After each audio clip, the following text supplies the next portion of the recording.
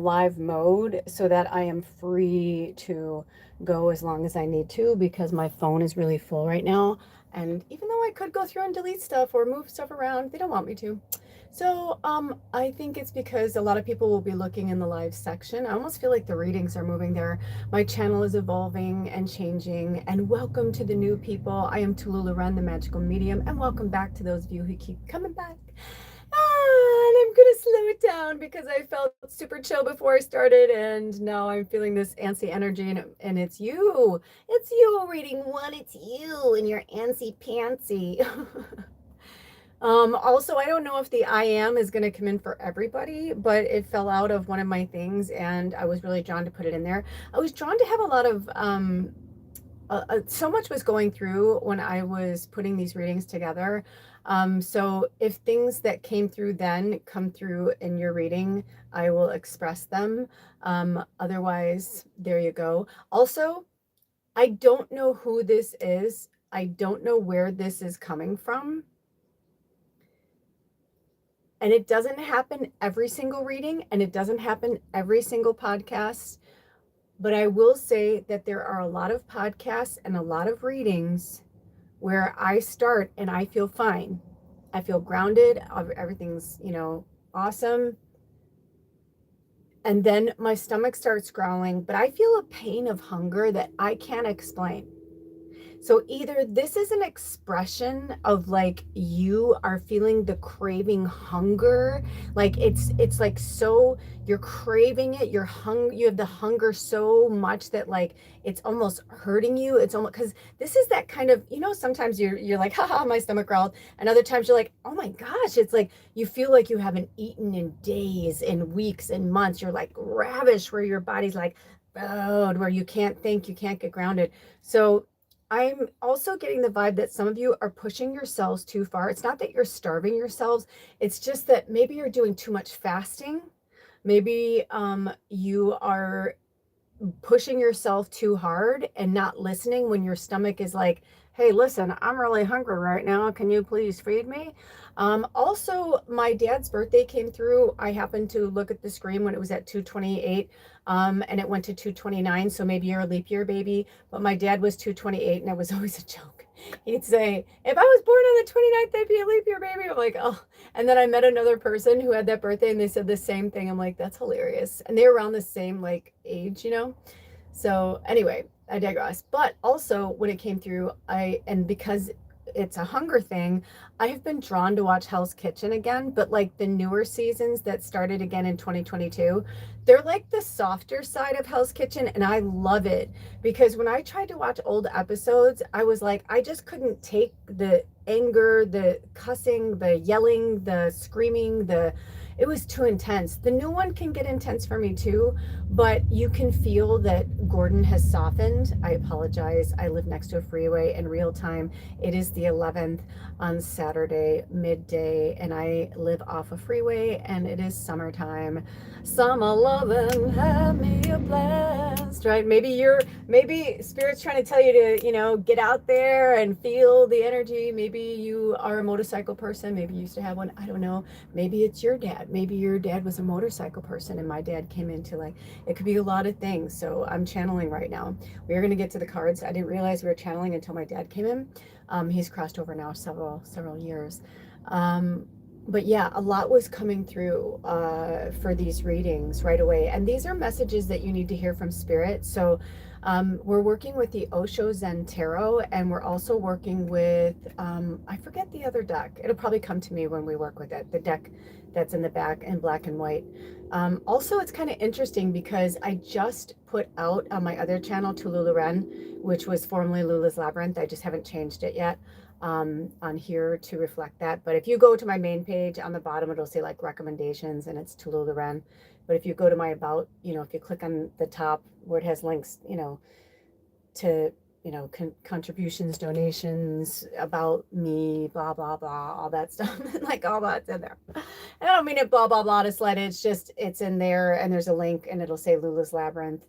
And when you go on to Tallulah Wren on the about, it says formerly Lula's Labyrinth, just because a lot of people, not everyone lives on their phone, and not everybody lives on YouTube. So maybe you're a subscriber here, but you haven't watched my channel in months, and you're like, who the fuck's Tallulah Wren? You know?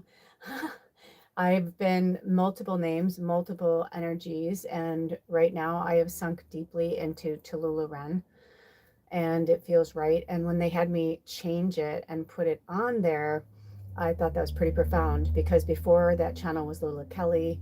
It's been a lot of things, and that is the evolution of self. And I'm not saying this is going to be for everybody, but for you this is coming up, so I always channel and speak about what's coming through. I've lived many lifetimes in this in avatar's lifetime as well, so it's not about like me all about me. It's more about to give you like an energy to align with your story. Okay. Whew, you guys got to slow it down. Okay, in real time, we are 4 days away from the new moon in Cancer. So we're still in the Gemini moon. We are in Cancer energy. But once we get into the Cancer moon, shit's gonna get real, because the new moon in Cancer comes in on the 14th of July. And on the 19th, we are having this powerful, universal, awesome, I've got stars all over my calendar. It's what they call a sextile. I'm not an astrologer. I just take information that I download from spirit, or that they have me watch from other light workers and earth angels. And if they call me to, I'll put links in the description box for some more information for you guys. They're like little breadcrumbs to take you to it. Some people don't like to know the astrology. They really don't. They just want to go with the flow of it. Like they may know just because of what, like myself, like they're in the industry, or they follow things every day, and they may not work in the industry, but they're part of it. They understand Gaia, the flow, astrology. They understand. Most of us, if you found yourself here, you know that this is like one of the craziest months we've seen in astrology in 14,000 years. July 19th is when the sextile will be happening with the Star of David. And I mean, come on, the Star of David is attached to Christ consciousness, Jesus. So there's a lot happening. And a lot of reckoning, a lot of things are going to be happening. I just did a podcast. I'll put it in the description box as well. I just did a podcast that was really profound in a lot of ways. It was about erasing. It's interesting because I kept writing, erasing the poverty consciousness, but I think it's something else. But I kept writing, erasing, and spirit kept correcting me. But I knew that it was meant to be that way, because that is what it is. We're erasing poverty consciousness, just like the 1%, and like these, for thousands of years, these rulers and leaders that do it with a heavy hand and not with their heart, with their ego and their greed and their pride. It's been coming through in a different way, and now we're going to see a lot of things change. A lot of things will be exposed. A lot of things will be actual war crimes. They will be held accountable. There are a lot of countries, because the thing is even though a handful of countries may have the financial power, there are more countries on the planet that actually want love and peace and community and to help each other. And there's more of us than them, is what I'm saying. And love it or hate it, the internet, AI, there's really good sides to both sides, because you guys, the universe plays fair. Earth is all about balance, the shadow and the light. Okay. So when that is happening, we have a different energy field to work with, when we can see it from an even plane, when we can understand that, everything, everywhere, all at once is real, and that, things come to us when we're meant to hear them, see them, feel them. A lot of the light workers, if you found yourself to these readings today, I feel like these are I'm getting the chills, so I'm on the right track here. I'm getting the vibe from spirit that you really needed to hear this, because you're in a place where maybe you're not sure where your path and purpose is going to go. Maybe you're not sure how things are going to pop off and progress, and you need a little insight. Maybe you need an ego check. There could be multiple things. So these readings are, I asked if I was going to do an intro and they said no. So I don't know if these are, it's like one of those things like if you're drawn to watch all three, watch all three. If you're not, don't make a story your story. But this one feels more, because I'm in my head while they're channeling too. In my head, I'm like, wait, I'm like, isn't this more like an intro? Well, they're like, yes, but it's also like, I don't know what's going to happen, transpire in 2 and 3 because they haven't happened yet. So I don't know. But right now, reading 1, it could be also that some of you are in this new beginning energy, because the last podcast was, I said at the beginning, Spirit said, this podcast brought to you by angel number 1144, which is also the number 10 about completion.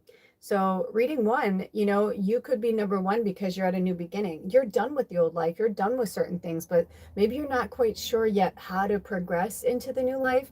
And this month is that month that is going to show you all that, because there are no accidents that today is the 11th. Also, when you add up the date today in numerology, it's the number 10. So it's just so much magic is happening. I mean, this last week, I went live twice, didn't know I was going live. I thought I was going live today, and they're like, no, you know what I mean? And so I think sometimes when people get too far ahead in astrology or knowing or reading too much into things or whatever, they make certain decisions and they choose certain actions that maybe they wouldn't have done in the alignment of where they are. Because every moment, every second that we are here, we are in a learn state. We are literally in an educational state, but we also are here to have fun and enjoy it. And there have been energies that have just taken it too far with their free will, because we all have free will. So love them or hate them, right? Like, you can not like certain political leaders or companies or whatever, but the truth is, there are also people, places, and things that have been put here strategically to make certain choices. One of the things that kept coming up for me was Amazon, because Spirit pulled me away from Amazon, and I was like, oh yeah, I'm like, I get it. But the interesting thing is, I remember when Amazon started, and I saw this interview with Jeff Bezos when he was much younger, and when Amazon started for books, and it went from that to where it is. And sometimes when people have money and too much money, they don't make the best choices. I was shocked over the years when I started to watch him change, because in the first interview that I saw with him, and I'm sure it's somewhere out there, you can look for it if you want to, but he was just, now mind you, I was in a different state of consciousness too. It makes me think maybe I should watch it as well. But I remember thinking anyway at the time, at my level of consciousness, that this is a good guy. This felt like a good guy. This felt like a really good person. And I was like, good for him, because I was watching all these like small businesses like jump up and make money, and then it was like between that and the influencers over the last 20 years, it's like, man, it's like, it's just gone, a little crazy. Monkeys throwing poop crazy. You know what I mean? Like, it's just gone to a different place. And I feel like the whole planet, the universe, we're all aligned, we're all connected, we are one.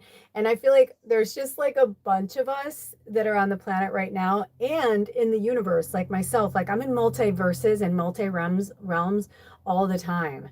And I have to, work with spirit a lot, and cannabis and all these different things to, not, I speak about it in the last podcast I did to help people to understand why I use my pendulum so much, why I use cannabis, like why certain things are the way they are, why I am the way I am, and all of those good things. And I was created, from a hand of the creator, the deity, however you want to look at it and perceive it. But it's almost like if the creator created itself, right? If it's true, it's like the Big Bang Theory, right? If it was like shadow, whatever, it's like the creator created themselves, and then they started to understand that they could create more. Whatever I am, I kind of get the vibe that I'm from the first realm of that, if that makes sense. I'm the first realm of creation. And it could go on and on and on and on and on and on and on and on. I mean, after I watched Everything Everywhere All at Once last week, it's like shit just went off in my brain. Like when spirit is really adamant, or like I'm like, well, I want to watch it anyway, and like my phone won't work, or because it's divine timing. So it's time to clear your mind, body, soul, and consciousness of what you were told, and to kind of start from the beginning. It's an 11 number today too, right? Like it's the 7th month, but the 11th day. And 2026 comes out to 1. So it's almost like you've gone through the 7 cycles, like you've gone through like the 7 stages or whatever it is. Oh, I got the chills for you, whatever that means. You know what I'm saying? I don't know. I feel like that means maybe you're life past 7 like myself. But then also it's like 11 is an angel number. And I feel like if you found yourself here, you either are an earth angel or you are a light worker for sure. And you are connected divinely to the angel realm.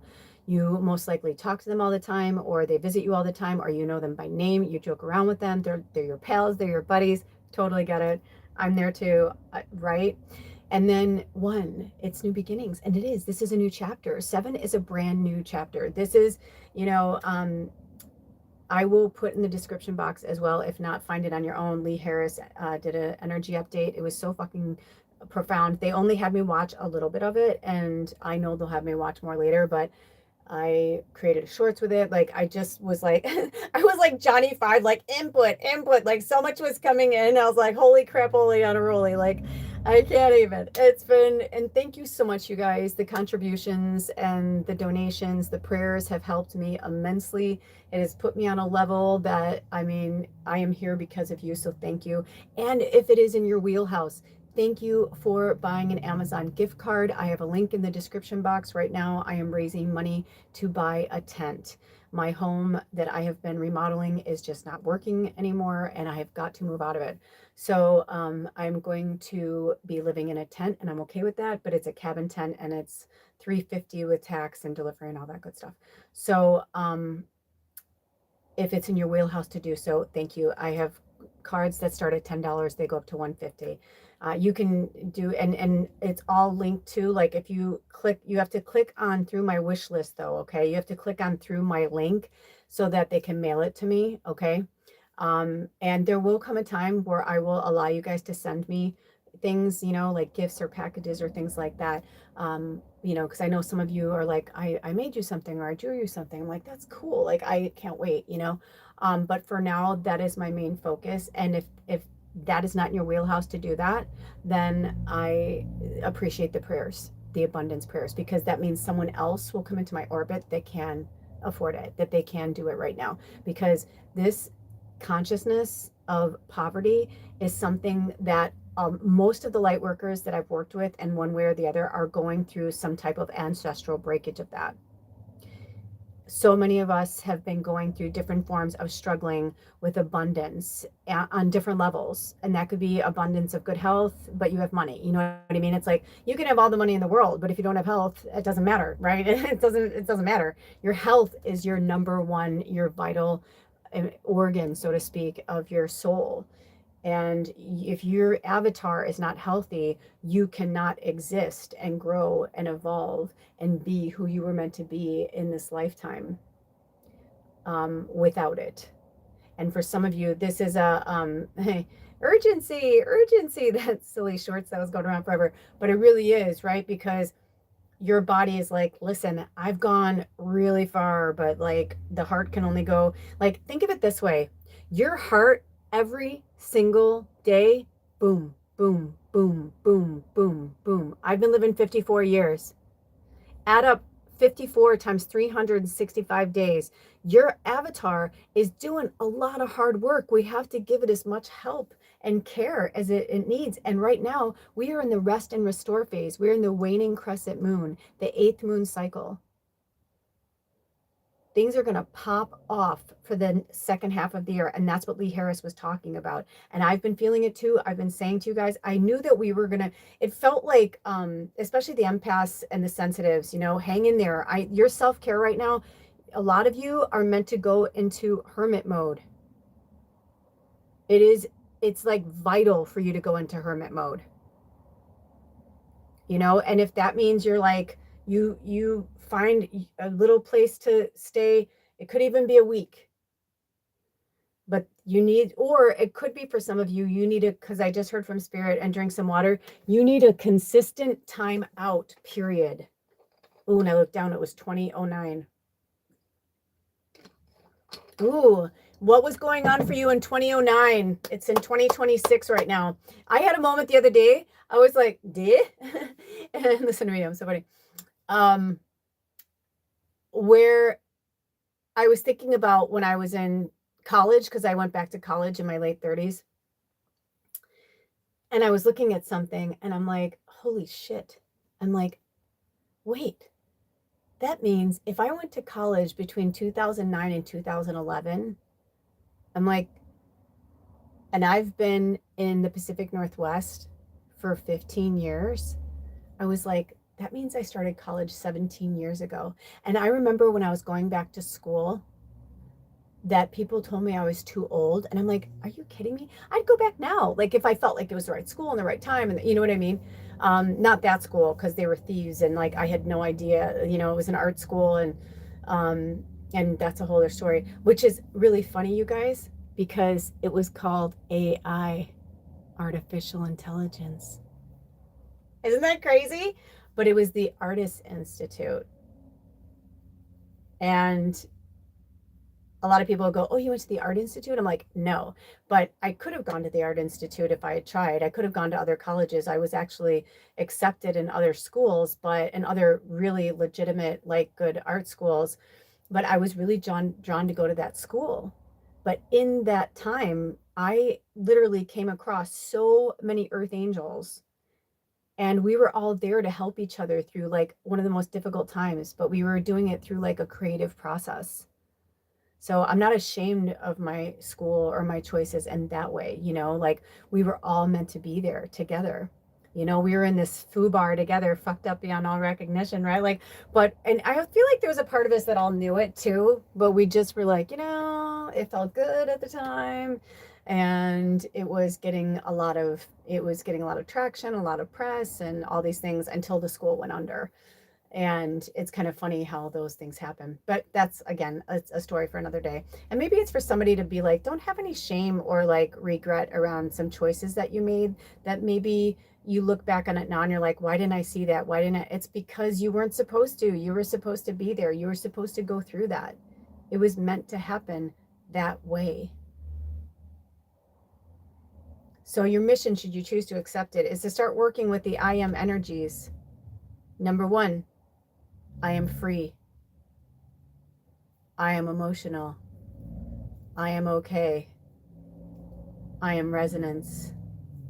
I am the full package. I don't know what this is coming. I am a beautiful soul. I am loving. I am kindness. Now, these are just ones I'm throwing out at you. These are ones that just came through right now. But the I ams will help turn that energy around for you.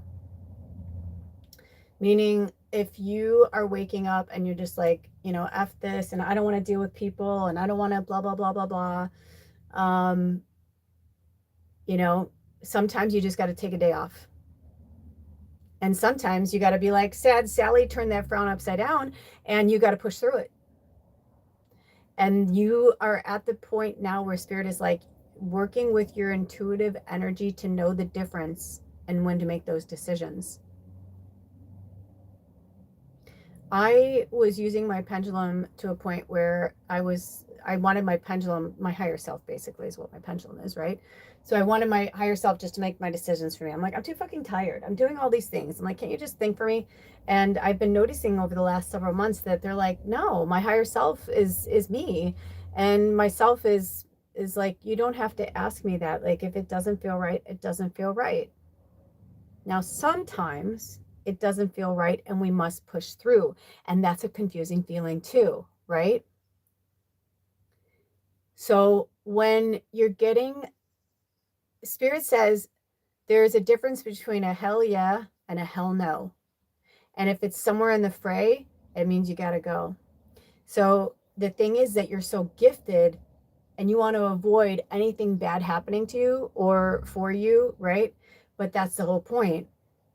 As light workers and earth angels, we are placed in situations sometimes that our intuitions is like, fuck, I shouldn't go down that road. And then you go down that road and you get a flat tire and you're like, motherfucker, I knew it, but it stops you at this place. And then you have to go here. And then you go and have this conversation with someone else. And you know what I'm saying?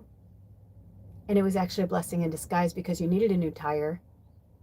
And Spirit didn't want you to have a blowout going down the freeway 70 miles an hour and flip your car and die. Right? Motorcycle going by. Exactly. We may not like every single second and every moment. We're not here to make Earth utopia. We're here to make it a beautiful, awesome ride and experience for ourselves and for the collective. We are here on a mission, and you accepted it. I got the chills. I see readings sometimes that say, you can change your soul contract. You can rip up that soul contract. Okay, in some respects, and for some energies and entities that are experiencing Earth right now, that's fucking true. For some of us, it's not like that. We're working. We work here. This is our job. Earth is our job. And some days we're off all day and we just get to have fun and play and be human and experience Gaia and, you know, make love in a hammock. Like, right? Like, that's awesome. And sometimes we work a lot and Spirit's like, now it's time for you to take time off. But I feel like for some of you, you're fighting against your natural will and your natural path and purpose here because you're living and existing and having these experiences still in a past world, past life that is gone now. And you must have faith in yourself and the people that are around you that they will either find their way back to the energy and the entity that they are meant to be here, or they won't. 2720 is your angel number to work with. Also, it comes out to the number 11, right? There are times where you're not human. You're somewhere else on another planet in waterfalls all day riding unicorns. You know what I mean? Although I don't think unicorns would let you ride them. I just heard one of my spirit guides is so funny. Their face, my eyes were closed, and I'm watching all these different things like I'm watching a movie, and their face just like made me laugh so hard because they're like, oh, I love a natural laugh. Because they're like, hell no, like no unicorns will let you fucking ride them there. Like I'm picturing this beautiful world where they are, and they're like, some do sometimes, but it's very rare. Like it's like asking a human. They're saying like to give you like a visual. They're like, that's like asking a human to like carry you on their back like for long periods of time. You just wouldn't do it. They could probably, you know, if they were strong enough and agile enough and you were light enough and you know what I mean? But anyway, I don't know who that was for. Maybe somebody needed a chuckle. I sure did. That was hilarious. It made my eyes water because the visual I got was so funny. Anyway, so we're going to dive into these cards and we're going to talk more about this. But this is what they want you to see is that you're not like everybody else.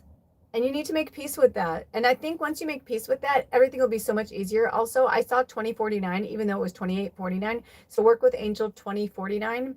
2 is also about duality, right? And because it's semicolon, because it's a time. And 49 could be an age for you guys, but also comes out to the number 13, which is the number 4. And it's a strong foundation. It's about having that balance of, you know, the 4 legs and a strong table and a strong foundation. And that's what they want you to have. But in order for you to have that, you have to let it go.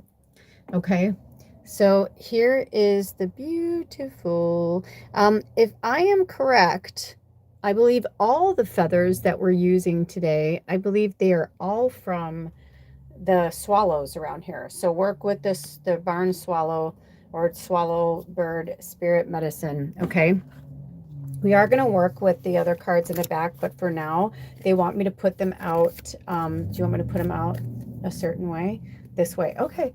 They want me to put them out all at once, which we don't always do. Okay. And they want me to put them out the way that they are. Okay. And again, we don't always do that either. Because there is no always anymore, Spirit is trying to say. And that's where it'll help you a lot if you can get out of that mindset. Totality, number 5. Then we have We Are the World, number 10, upside down. Oh, we are the world. Oh, you guys, oh my gosh, you guys. Do you remember on one of my episodes, I don't know if it was a reading or a podcast, that I was telling you guys about We Are the World and Hands Across America inspired each other. I don't remember who inspired who first, but it was in the same year in 1983, I believe. No, couldn't have been. It was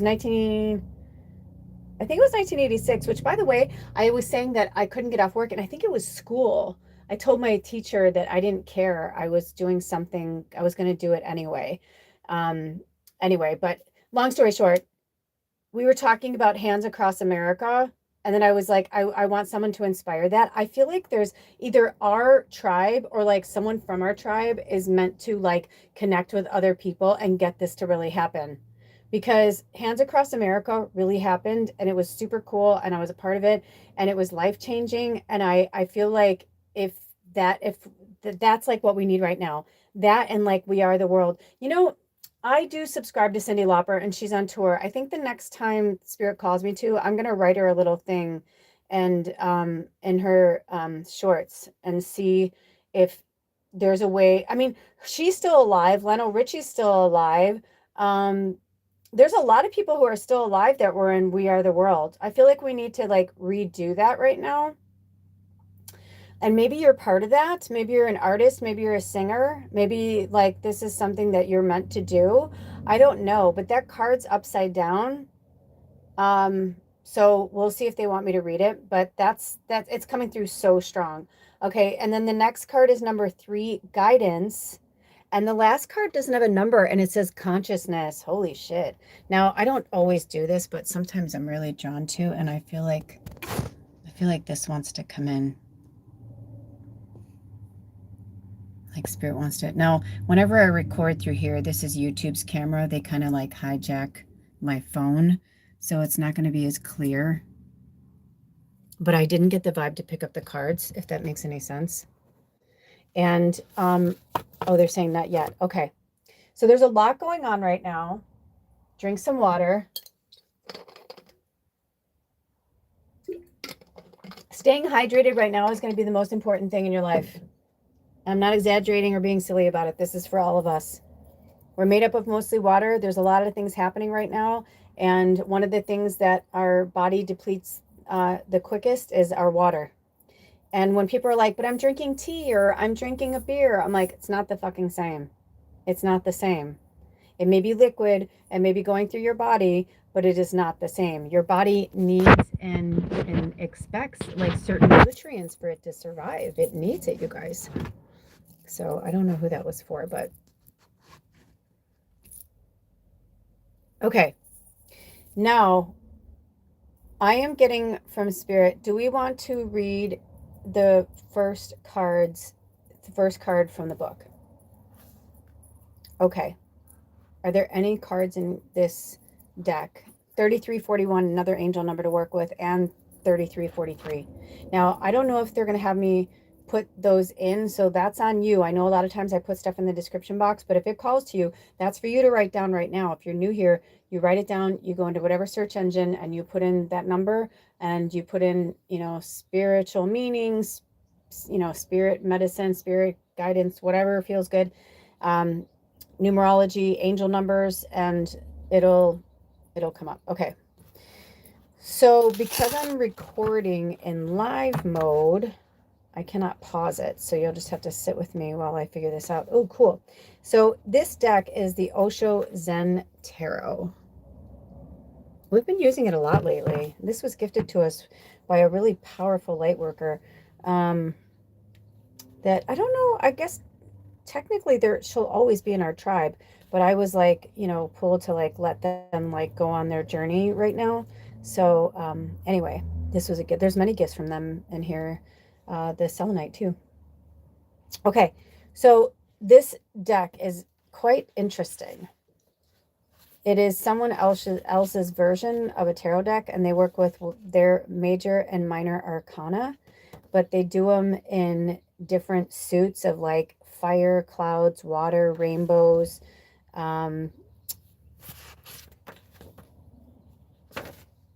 Oh, here we go. Oh, here we go.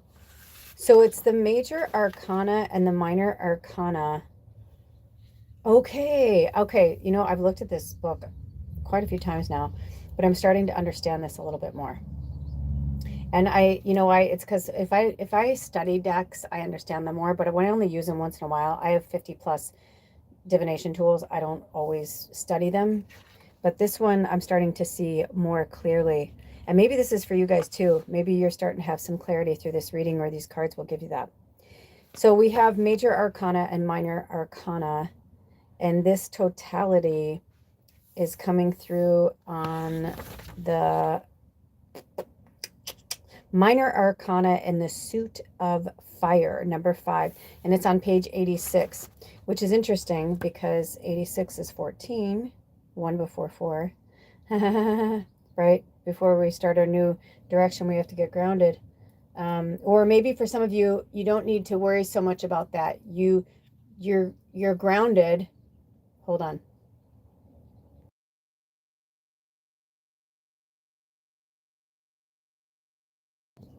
Okay. I just want to make sure I'm getting this clear with spirit. Okay. So maybe for some of you, you will get grounded one, because I feel like it's like the chicken and the egg, right? Like you're like, once I get grounded, I'll start my new thing. And they're like, yeah, but like maybe the situation you're in or the place that you're at, you know what I mean? Like you can't get grounded. So you need to just start the new chapter. And by just changing and making different changes, you're going to naturally flow into that energy. Does that make sense? You know what I mean? Like you will flow into the grounding energy once you get out of it. But it's kind of like they're showing me, have you ever seen that it kind of looks like it's like a round plank, a flat round piece of wood on top of like a ball. Speaking of, right? Like this looks like a trapeze, right? There's 3 people on a trapeze. Maybe this means something to you guys. I didn't even notice that was 3 people till now.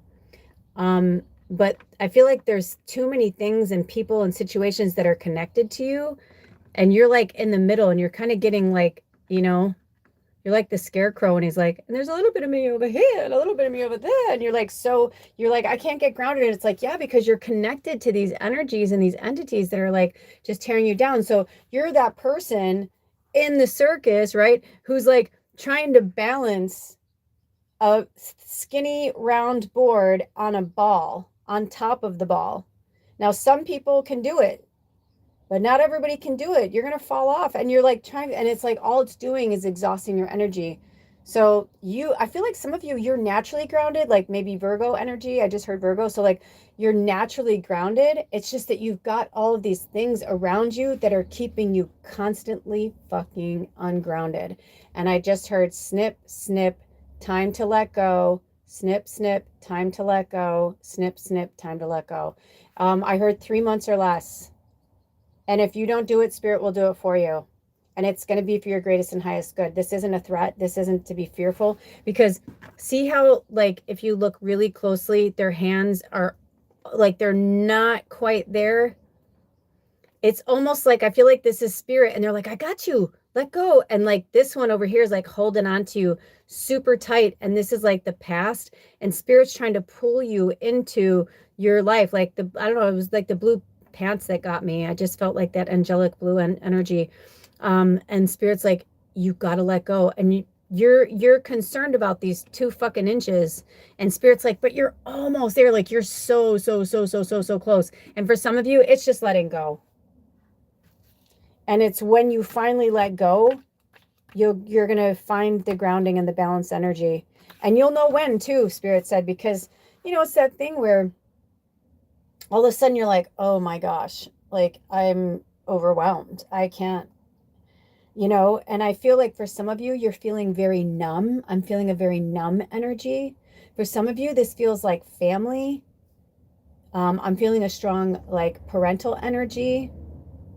There's someone in this tribe, I know their personal stuff, I'm not going to say it, but like I'm feeling their energy where it's like, if a parent is unwell and you're feeling like this strong pull to like care for them, take care of them, or I, you got this. You know what to do. Release and let go. Keep doing what you're doing on your spiritual side, and the rest of it will work itself out. And you'll know, you know, if you're feeling like, I don't know what to do, or feel, for some of you that are, because I felt like a very nervous energy when I started this reading. I feel like that will dissipate the more you meditate and get grounded and take that hermit time to yourself. Even if it's just taking one full day away, maybe you have a lot of kids or a busy household or something like that. And, even if it's just like, and if it can't be every day, then make sure that you have something in place. Maybe you need to reach out to your community, to the moms in your community and say, can we start a little chain where like, hey, I need to get away for an hour. I need to get away for 5 hours. Can you take my little for 5 hours today? And have like 5 or 6 people and use your intuition and be like, okay, which one? And maybe use your pendulum. Which one should I call out to first? But if you meditate and you get quiet, their face or their name will come to you first. Then you go to them and you say, hey, Renee, I don't know where that came from, by the way. But you're like, hey, Renee, can you, text them or whatever and be like, can you take my little today? I'm overwhelmed. Or maybe you have 3 littles and you're like, do you want to come over with your little today and watch TV or something? Because here's the thing, especially parents who have multiple children, you get into a flow and you know what I'm talking about. I've watched you powerful superhero parents, and this could be a dad too, right? But I've watched you superhero parents do it. I've watched you have 3 kids at once when you're not having a good day, when you're like, oh, right? And I've watched you in days where like everything's flowing. One kid's upstairs, writing, reading a book, whatever, quiet. Then you have another one downstairs playing with a friend, and you have one there that's watching a movie, and you're just making food, living your best life, having a good time. You know what I mean? It's like that kind of energy. It happens. And those are the days where it's like maybe Renee is having that day, and it's like, dude, yeah, drop your kid over. My kid's been bored, senseless. They'd probably love to have a play date. Thank you so much. That'd be cool, right? Because that's what community really is. And then that's when you're like, how long do I have? And maybe you're like, 3 hours, is that good? And they're like, that's plenty. Thank you so much. You know what I mean? Maybe they only have 45 minutes that day, but you go for a power walk, you go have a good cry, you go sit by the water. This is not the time to be a superhero and act like you can do everything at once, because you can't. You can't balance it all. You're not in a circus. You may feel like you live in a circus, but you're not. You get to decide how it works, So that is the big thing for you guys for that. So now I'm getting to read from the book. And the book says, oh, interesting. I love when the book tells me something that ooh, a card fell out. I don't know if that's for you. Is this for reading 1? Okay. Is this for shorts? Okay. Oh, is this for one of the other readings? Okay, cool. This card fell out that was in the book, and I thought it was supposed to be for shorts, and I didn't know where it went, but I put it back in the book. Anyway, I love that this is actually 3 women. Now, I feel like if it, whatever it is to you, okay? And it could even, the women could just be divine masculine. This could be men and women, right?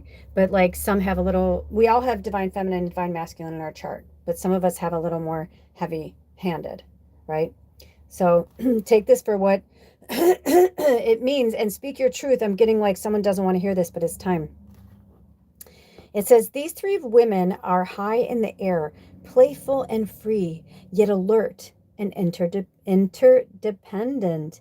In a trapeze act, nobody can afford to be a little bit absent, even for a split second. Oh, interesting.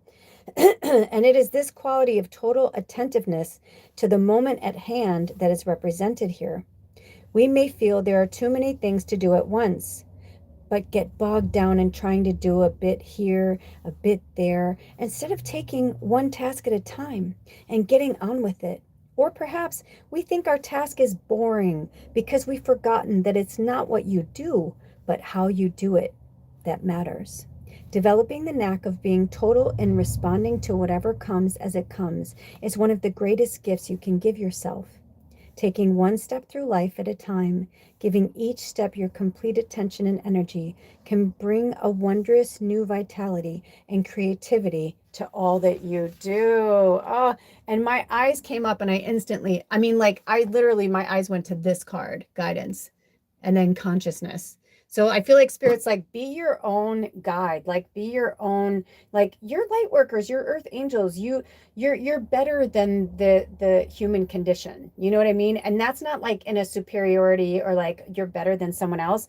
They're saying like, you know more, you understand more, you, not that you know better, because that's an old programming, right? But that's what they're saying is like this, like keeping up with the Joneses, this bullshit. Like it's so interesting. I'm getting so many things that are coming through from an old friend of mine, and it's so interesting because their child, who is one of my godchildren's birthday, is today.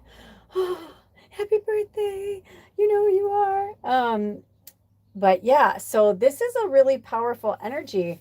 So I don't know, maybe, and that's why they're using them as an analogy. So maybe there are some of you right now that are just really struggling in a family dynamic, you know? And before I even read this, that's what I got, was like this kind of chain of women. That's what I got, was like a support system. Or it could be men, right? Quote unquote, however you look at it, inwardly, outwardly, but somebody who, where they're like, depend more on your divine feminine energies around you, right?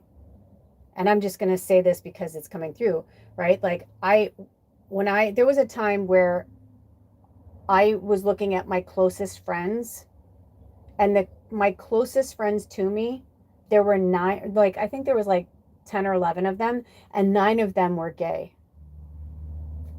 And I have gay friends that are all over. I mean, and I use it as a blanket term because, I mean, I can say LGBTQ because they were all different. But there were some of my, and then, my one friend, Dougie, used to say, I am gay. You could say I'm gay. You could say I'm a girl. He's like, I was born in the wrong body. Like, it was so funny, right? Like, so it's like, it could be whatever you see. Don't always take things so literally. Or literally. Okay, in totality, right? That's your card. And this is 5. 5s are about change and transformation. It's also about being halfway there. So like maybe for some of you, like you're just like, you just need that little bit more and you're almost there. So it says, every moment there's a possibility to be total. Whatsoever you are doing, be absorbed in it so utterly that the mind thinks nothing is just there, is just a presence. And more totality will be coming. And the taste of totality will make you more and more capable of being total. And try to see when you are not total. Those are the moments which have to be dropped slowly, slowly.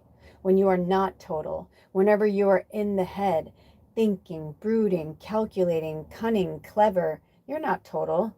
Slowly, slowly slip out of those moments. It's just an old habit. And habits die hard. But they die, certainly. If one persists, they die. Yeah, so for some of you, you're just in like an old habit. You're just in an old mindset. And Spirit's like, once you change your mindset, you change your life. It's the truth. It really is. I mean, I can tell you of a person that I was back when I knew this person I was talking about earlier. Like, I've always been me, right? Like, as loving and kind and gentle as I can be. But I was also taught to keep up with the Joneses. I was taught to manipulate. I was taught to use my looks to get what I wanted. I was taught to, whatever, you name it. And it took me years, and I still on a daily basis struggle with letting things go. And not everybody is going to go through that. But there are a lot of you in this reading that there are certain things that you must let go. And so, they're like, the only thing we know in totality is that change exists and change is real. So We Are the World was upside down. They don't have reverse meanings for these. Ooh, interesting that your feather fell. So work with the, I'm going to ask Spirit just to make sure. Is this from one of the swallow birds? Yeah, so work with the swallow spirit medicine. Also, they had me bring this rock in. This is a really powerful rock. I'll have you look at your feather for a second first. Maybe those bands mean something to you guys. You know what that kind of looks like to me? Like, I feel like maybe some of you are pregnant. Maybe you're pregnant with ideas, but maybe some of you, it's literally pregnant. Like I saw the two things on there, because if you look on this side, you can still see like the stripes from the other side, but that's what I saw.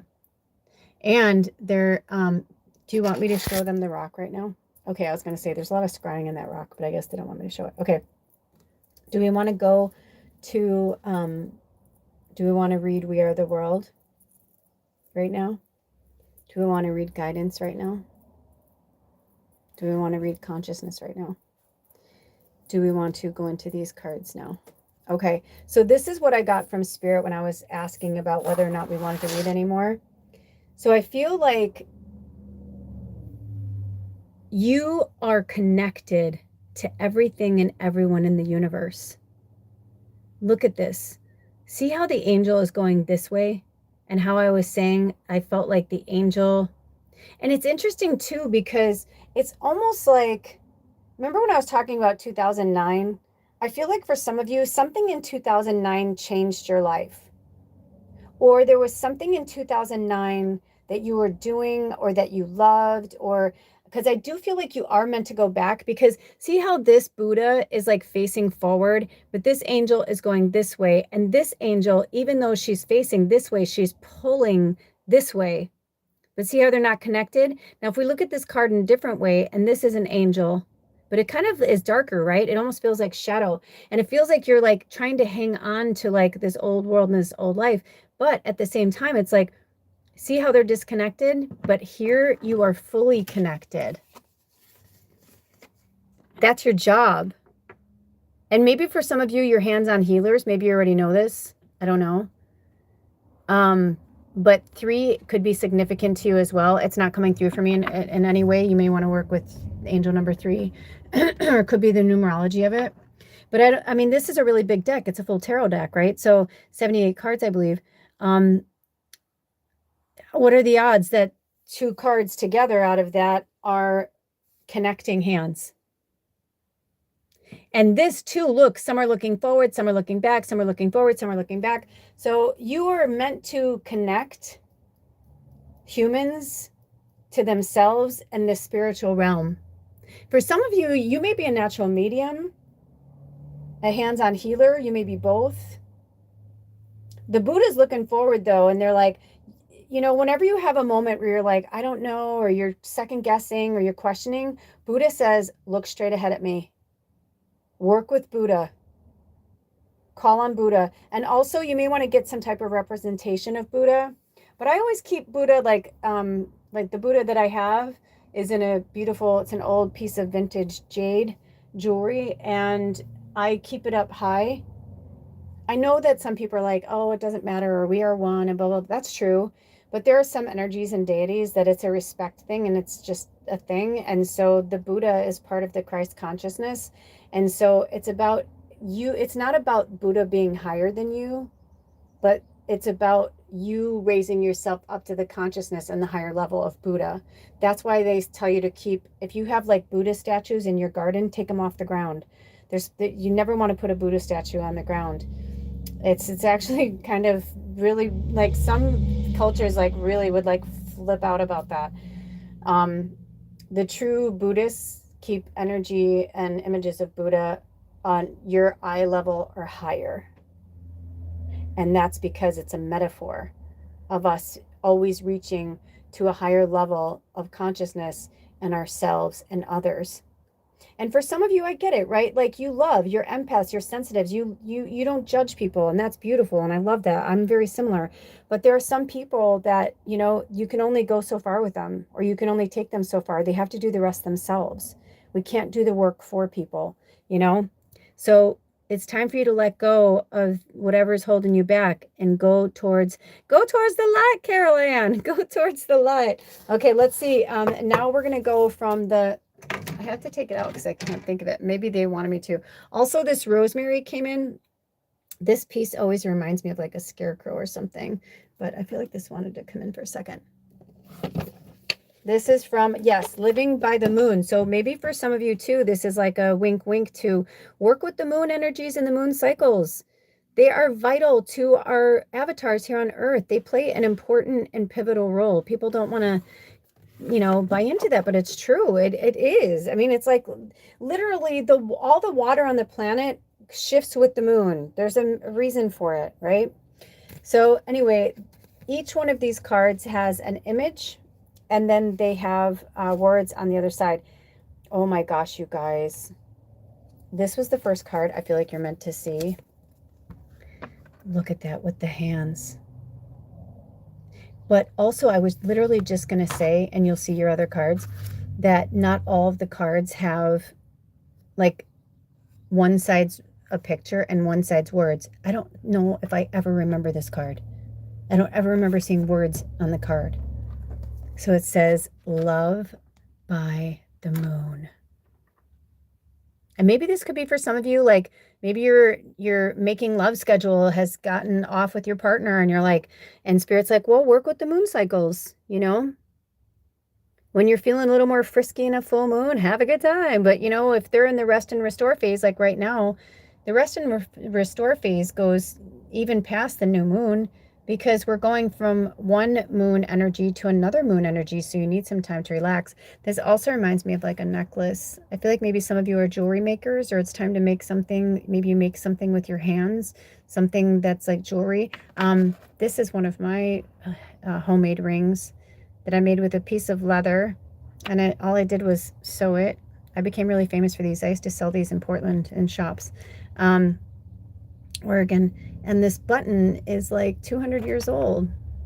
It's one of the only ones I kept. But you'd be surprised what people like. My rings were my #1 seller. I had cuffs, I had cool necklaces, but people loved the leather ring because leather, it stretches out, but it also will shrink too. And well, if you stretch it out too much, you know. But I mean, if it fits you, like this one fits me. And I used to always tell people, get one that like fits, but that you can also easily take it off, because if you try to smush it on and it doesn't fit, then it stretches out and it doesn't bounce back. Maybe that's a message for somebody too. Anyway, maybe this is about your energy too, right? With someone. So love by the moon. And this could also be, this isn't just relationships, but I did hear that. But this could be, you know, maybe certain times of the moon cycles, you're just not feeling it, whether you're on your moon, on your period, or, you know, it's just that time of, you know, the cycle in the moon. Okay, so on the back of these are healing mantras inspired by the magic of the moon, okay? So work with swallow bird spirit medicine, and this is one of your mantras to work with, okay? I am safe to be my true, authentic self. That's your first mantra. I am safe to be my true, authentic self. Okay. Do you want them in order? Oh, and look at it, it's an I am. Because they don't all have I am in that, but this one is I am. So your I am, your first I am to work with is I am safe to be my true, authentic self. Take a screenshot, write it down, whatever feels good to you. But this is your mantra to work with every single day until it becomes real and true. This is also like a little protection talisman, and maybe you guys need that. You know, there's nothing wrong with that. There's a lot of dark magic going around too. So if you're not feeling safe, then, you know, watch your ears for those that are wearing earbobs. Work with bells. Clean your energy field, right?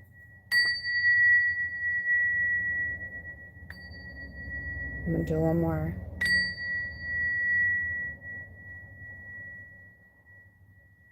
Healing your avatar from the inside out and the outside in, working with it, and then stepping into your true authentic self. For some of you, it may be outer, Maybe it's clothes that you need to change. Maybe you need a new haircut, a new hair color, something completely different. Maybe you've always wanted to look a certain way or dress a certain way, and Spirit's like, do it.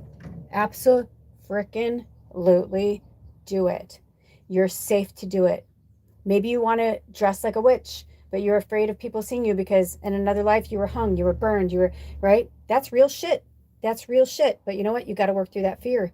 You have to let it go. Oh, when I looked down, you guys, it went to exactly an hour. So reading 1, these are your last few messages before we head out. It's time. You're ready for it. Whether you know it or feel it, you are ready for it. Do we want to show either of these to reading 1 right now? Okay. Would you like me to read from the book right now for the other cards? Do you have any more messages for reading 1 from either deck right now? Okay. No, there were more, but I guess, or I had more put aside for you. So they're either going to be turned into shorts, or make sure that you always check out the community section. I post stuff there all the time. You are welcome to post there if you are a subscriber, and if you want to post something inspiring, or if you want to share what you do as a energy healer, or a story, anything that you think would uplift or support our community in any way, you are more than welcome and blessed to post there. If I don't like it or Spirit doesn't like it, it either won't post or they'll just have me delete it.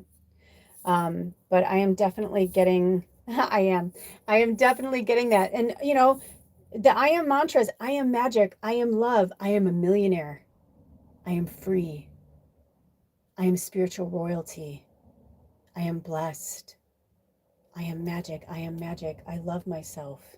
I know I love myself doesn't make sense, right? But you get it. It's just time. All right. Do we have any more messages for reading 1 before we close the portal for reading 1?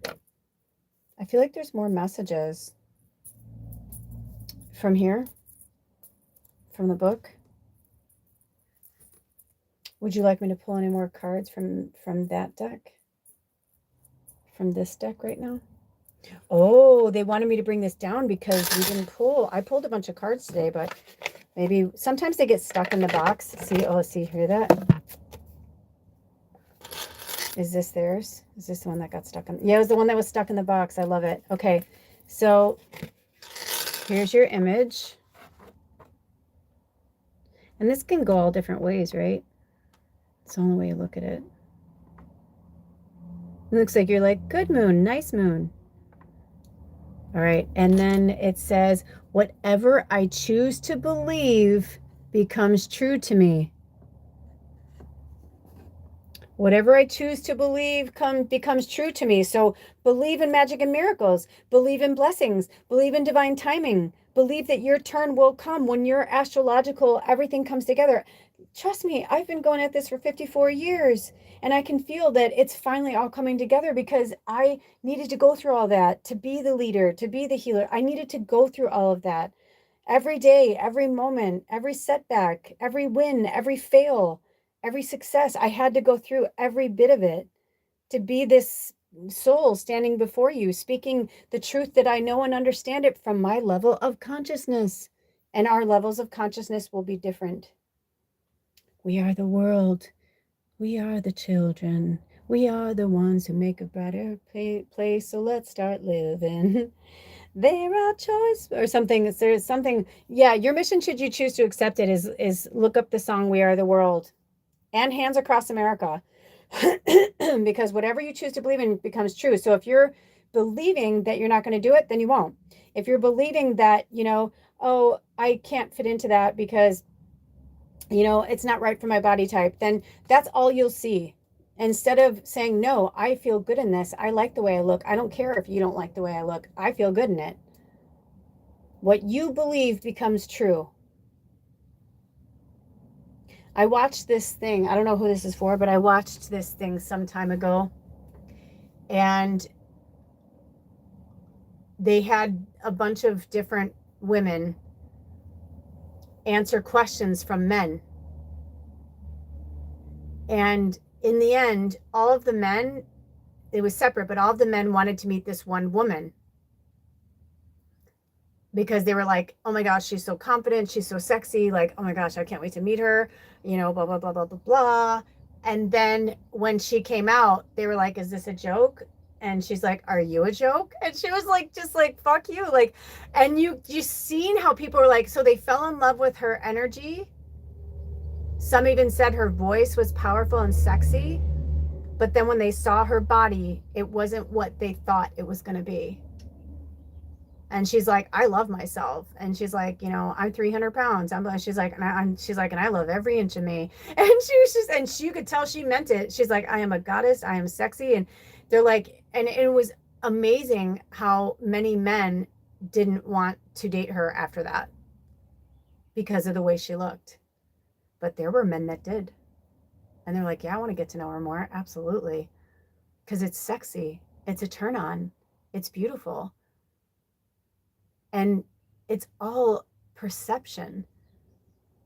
It's like, what is beautiful? Skinny is beautiful. Why is skinny beautiful? Who said skinny is beautiful? Who said, there are many times in history and in cultures today that the bigger the size of a person, the more attractive they are, because that means that they have wealth. They can eat as much as they want. They can, you know what I mean? I mean, it's all perception, and it's just such a wild, crazy thing. And because I've been, every size from a 00 to a size 22, and I'm almost 5'3" tall, 5'3" tall, it's like, I know what that feels like. And I've, had the men who liked me or heard, whatever, but then when they saw me, I could see how deflated they'd get, but then I also had men that just liked me because I had this guy who came up to me one time and he said, oh girl, you are sexy, you are beautiful. I was like, oh, I'm like, oh wow, thanks, and he's like, I'm a chubby chaser. And I was like, thank you for giving me the compliment. And then to me at that time, it didn't feel good. He was trying to compliment me and tell me I was sexy and beautiful and that love my chubby. And I was like, well, I don't feel good about it. So I mean, it's our minds are such a powerful tool. And what's interesting is now my weight goes up and down all the time, and the only way I really notice is this time of year in the summer when I can see it more physically, or certain clothes I'll go to put on and I'm like, I don't think that fits me, and Spirit's like, it'll fit you, and I'm like, oh, I guess I lost weight, this didn't fit me last summer. That now my mindset around my body has changed completely. So I feel like for some of you, it's time to change your mindset around whatever it is for you. For me growing up, it was like I was just pushed and told to be skinny, to be beautiful, to be perfect. Guys don't like fat girls and just crazy shit like that. So it just molded and warped my mind into such, or I should say molded my mind into such a warped way of thinking. And it was not mine, it was linear, and it was for others. And that's not the way I see things. So I have been going through a lot of change with that. And also my partner likes women who are more fluffy, so to speak. And I like being really lean. I don't like being skinny and unhealthy. I like being strong and fit. But I recently, my landlord, who's my boss, and I work in this work trade where I do the landscaping. And this time of year, I'm starting to get really buff, right? Because I'm working with, power tools, and, I do everything from trimming the bushes to the hedges, with the weed whacker, and I do a push mower, and it's a huge property. I'm walking on acres, so. And the other day he was like, wow, he's like, look at you. He's like, you're getting so buff. And he kind of pointed to my upper, between my neck and my shoulders. And I got so upset because when I was younger and I was a gymnast and a cheerleader, there were I noticed throughout my life that there were certain times where I didn't like my body. And when I looked at it, it's because it was too beefy. It was too masculine for me. Ironically, 70% of my chart is masculine, but I feel like in this lifetime, I'm meant to really lean into the feminine. So it's almost like I don't like that. I don't like when my body looks like that. It's okay for others. It's beautiful. You know what I mean? Look at, is her name Simone Bills? I don't know her last name. I think it's Biles. Right? She's beautiful and sexy, and it works with her and her energy and her attitude. But for me, I don't personally like that. It makes me feel bulked up, and I feel it's funny because I just watched the Incredible Hulk, the old one that they did with oh, I can't think of his name, the actors right now, but it was one of the first ones they did that wasn't in like the superhero franchise, with Eric Bana, I think, which is funny because his name is David Banner. Anyway, that being said, um, but looking at the Hulk, I was like, oh, I don't like, yeah, like I don't like looking hulked up or beefed up. It makes me feel not like me. It makes me feel like a version of me that is an older version of me. Oh, when I just looked up, it was 1-10-10. So, maybe this is for you guys to realize, like, you're at the end of something. You don't need it anymore. It's not part of you. You don't need to hold on to it.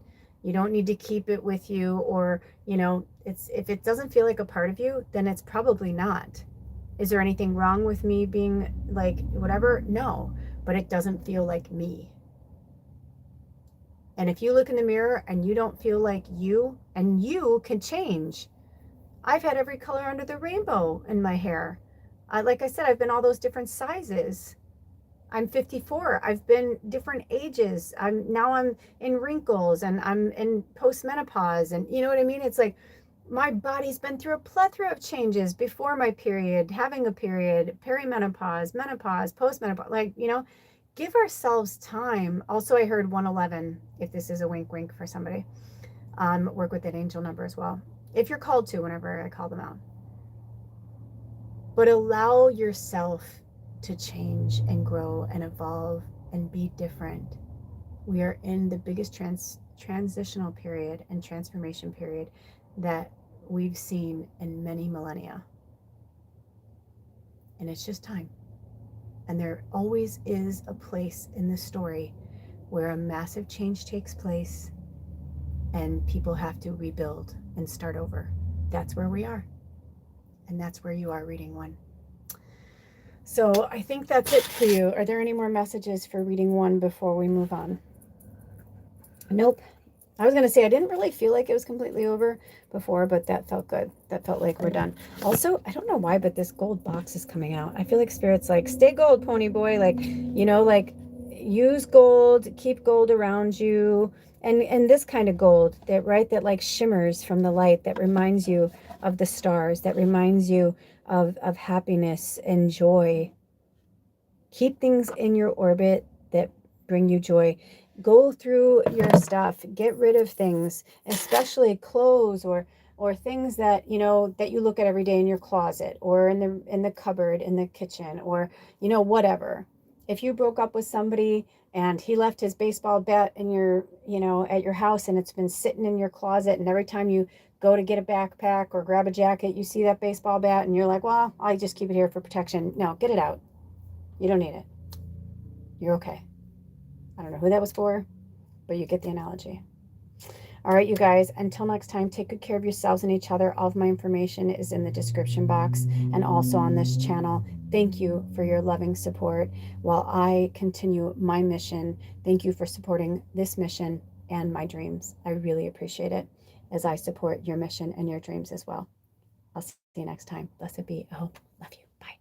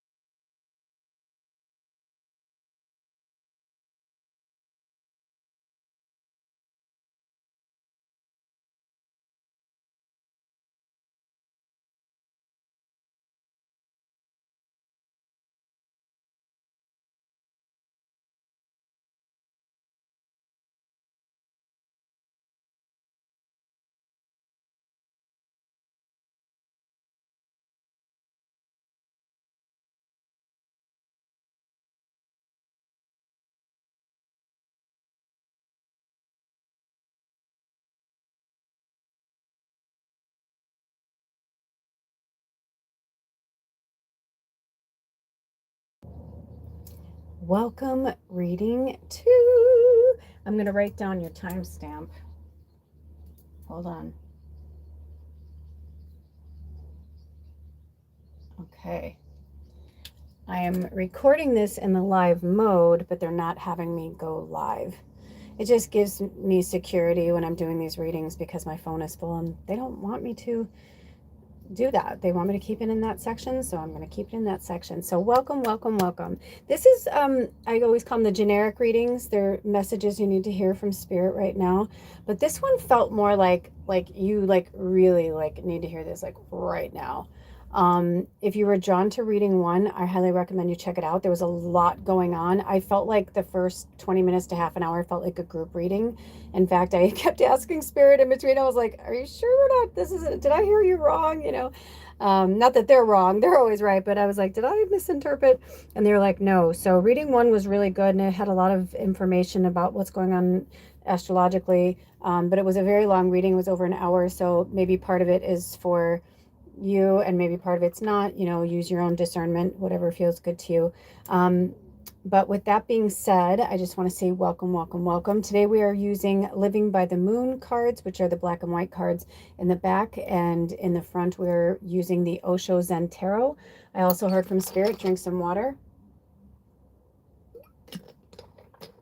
I knew this wanted to come in for somebody, but I wasn't sure.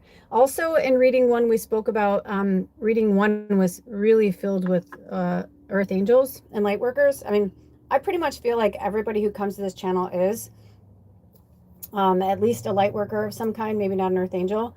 But the fact that they had me bring the angel in, you're earth angels. If you've been wondering if you're an earth angel, maybe you needed to hear this from spirit right now. You're not crazy. There's nothing wrong with you. You're exactly where you're supposed to be.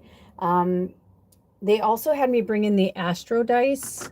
So I don't know if we're going to use them or if it means something, but I'm just keeping them there. They also had me, there's 3 astro dice, and then there was 3 mushrooms that they wanted me to bring in. So again, I don't know if that means anything to you. And this was, so far, the first reading didn't have me bring in a shell, but this one had me bring in a shell. I'm on the West Coast, so I don't know if it's maybe for scrying. Also, do you want to see something cool? Hold on. I'm going to show you just how neat this can be.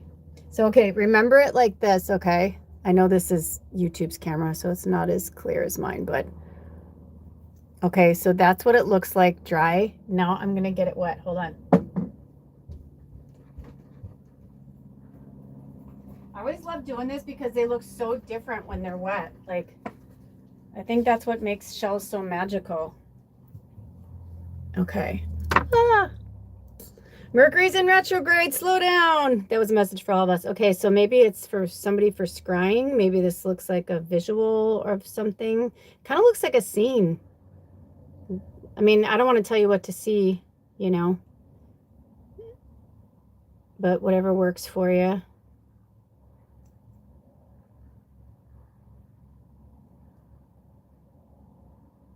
Ooh, look at that. Look at that. Oh, look at her pearlescence coming out. The pearlescence. Oh, that's you guys. You're like angel. You're like hard and tough on the outside, but you're like this magical angel on the inside. Also, oh my gosh, it just got so freaking hot in here. It's crazy. I'm going to open the door. Maybe some of you, I don't know, because it's kind of weird. It was feeling really nice in here. And then all of a sudden it just got super hot, and the sun didn't get hotter. If anything, the clouds went in. So I don't know who that's for, but I feel like maybe for some of you, you're just, I know these heat waves have been just insane. So maybe they're trying to tell you to take it easy and take it slow. Let me take a minute to relax for a second. There's a lot going on with you guys. Oh my gosh. Take it easy. Take a few breaths. I'm going to grab some lavender. Maybe you guys need some lavender. This lavender season. It's lavender season. It's lavender season. Okay. Oh, I wish I had smell-o-vision. I can give you this lavender right now. Oh, I'm putting some lavender under my feet. Maybe some of you, if you put lavender oil on your bare feet on the bottoms before you go to bed, especially if you wear socks at night, Oh boy, it'll just cradle you to sleep. So I feel like maybe some of you are struggling and suffering with lack of sleep or lack of energy, and maybe your energy is getting sapped, because as earth angels we have to really be mindful of our energy and like what we're putting out, what we're, I didn't look at your cards, so I don't know what they are yet, but I'm just really getting that strongly from spirit, that working with the energy instead of against it. And when it's really hot, you can do things like running your wrists and under cold water. Putting your bare feet in cold water helps a lot. It just brings your body temperature down. Another thing too is taking like a bandana and soaking it in fresh clean water, a clean bandana, soaking it in fresh clean water, and not where it's dripping, but where it's like really like heavy with water, and then put it in the freezer. I mean, you could put it on you right away and it'll cool you down, but if you put it in the freezer for just like 5 minutes, and then you tie that around your neck, it'll bring your body temperature down. I don't know who that's for, but there's a lot of heat waves happening all over the planet right now. So stay cool, stay cool. Anytime the heat waves have been coming this way, I've been like, Spirit, I would rather not. If we can not do that, that would be great. I'm like, if it's part of, whatever, I'm like, that's fine. And it's funny because I've been noticing the weather is changing all over the place. And if it's true that the humans are controlling the weather, that would make sense too, because they want people to buy more stuff. It's like, because the weather can affect a lot, energy affects us, whether we like it or not. Energy affects us. And maybe this is a message for some of you that, you got to work with what you got, and you got to fake it till you make it. I spoke about it the last podcast I did with the angel number 1144. I'll put a link in the description box for you to check it out. There's a lot of things came through in reading one of things that I'll put in the description box. But and if not, then just give a shout out in the comments and say, hey, Tallulah, what were you talking about there? Or you were going to post something, and then I'll be like, oh yeah, and I'll find it for you. But yeah, and I'm hearing like keeping your hair up will help a lot too, right? Like keeping, for those of you who have long hair, I'm doing it right now. It's so weird. It was like so nice, and all of a sudden it just got really hot in here. Uh-oh, here come the police. Here come the popo. So this must be an emergency for some of you guys for the self-care that it's coming through like that. Okay, Spirit. Is it in their greatest and highest good for... Oh, and I looked up, it was 128. And 28 is also the number 10. It could be your age. It could be a birthday. It could be a death day, whatever, for somebody that you know and you love, because that's coming through right now. I have those myself. Is it in their greatest and highest good for us to do any more channeling right now? Do we want to start with this deck today for them? Okay, so we're going to start with the tarot deck. Those are just the messages that wanted to come through. Are there any other crystals, stones, anything else that wants to come into their altar space right now? Okay. I'm feeling a very kind of like, what's that word? Like a sullen energy, like somber. I don't know. It doesn't feel fearful. It just feels like, I was watching something recently, and it was a competition. It was Hell's Kitchen. And she's like, but I didn't mess anything up, and I didn't blah, blah, blah, and I didn't, and they're like, yeah, exactly. They're like, you were just like coasting, and we were all like running around like chickens with our heads cut off, and and they were like, well, I was just trying to be there for everybody. They're like, yeah, but being there for us is saying, what can I get you? What can we, not just waiting for us to ask. And it was just like this thing, and of course they wanted to stay there. So they're like, chef, it was lack of communication. And the chef said, no, I've been watching you through 7, dinner services. And they're like, this is the first time I've ever seen you do that. They're like, no, you were coasting. We all saw it. And they're like, you can't do that. They're like, you let your team, like, we won't know whether your team would have won or not, kind of thing. And so I kind of feel like that right now. I feel like some of you are just coasting, like, because you don't want to like do the wrong thing, if that makes any sense. Interesting, the first reading, they had me take the Living by the Moon deck cards off, but for years they kept it. And every card has a different back. So I don't know if you're like, if that visual means anything for you. Oh, something just flew in here. Is that a fly? Oh, it's a bee. Oh my goodness, we gotta get you out of here, bee. Come on, come on, come on. Hold on, you guys. Can you hear it? Can you hear the bee?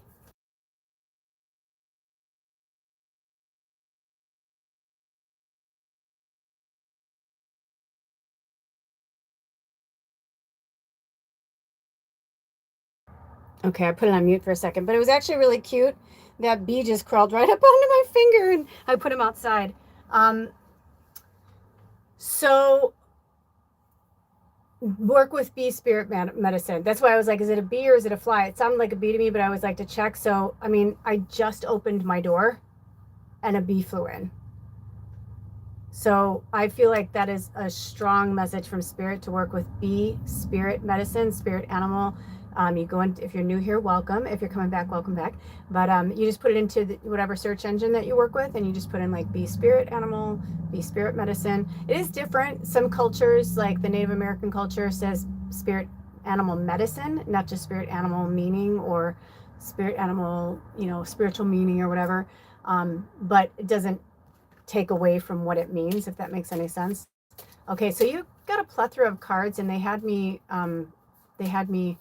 put them, or they're having me put them in a certain way. Okay, so here are your cards. Harmony. Oh, the burden. That's probably why I feel the energy from you guys. Conditioning. Oh, and this one's upside down. Clinging to the past. Oh, yeah, look at, because they're like upside down. You're upside down because you're clinging to the past. You're not moving forward because you're clinging to the past. Honestly, if you were drawn to reading 1, you have to go there, because reading 1 was about that too. But I kind of feel like all of these readings are giving us that, if that makes any sense, because part of this, this down, part of this, what you need to hear from spirit right now is also linked up to the energy and real time right now. Today is July 11th, 2026. And it comes out to the number 10, which is completion. And, oh, hi, Robin. I'm sorry about your family. Oh, I don't want to tell you guys too much for the empaths, but, I only saw one anyway. I think the other ones got away, but I just wanted to say hi. They came through. Also work with the robin bird spirit animal. The robin bird is also a symbol of the Christ consciousness energy. So, oh, look at they just set up. Well, hello. Hello. Oh my gosh, they're so attentive right now. They're totally like coming towards us. It's like they're listening to my voice. I love you too. Oh, I love you. May your soul and life be blessed. And that goes for you guys too. So work with the robin. It is a symbol of the Christ consciousness. And because there are so many, I always say if there's animals in the cards, like work with them. The last reading, I don't even remember if there was animals in the card. If there were, I feel like I would have pointed it out. But you had so many right out the gate. I mean, well, the bee, then the robin. And then I just noticed that there are dolphins here. There's a rooster there. And I don't know if there's any more. I don't have my glasses on. If there's any more animals. And then we've got a lion and sheep or lamb. I don't know. I'll have to look at the card and see what their interpretation of it is. So work with all of the animals present. And I wouldn't be surprised if you work with animals, or you want to work with animals, or, maybe here's what I'm feeling. When these came in and like that came in and like this amethyst came in, amethyst is one of the most powerful healing crystals, if not the most powerful healing crystal on the planet. The angel came in and there's an amethyst there. You could even be February birthdays. And then here's your, I don't know if you guys saw your feather, if you looked at it up close. I'm trying to give you but there's a little bit of faint lines there.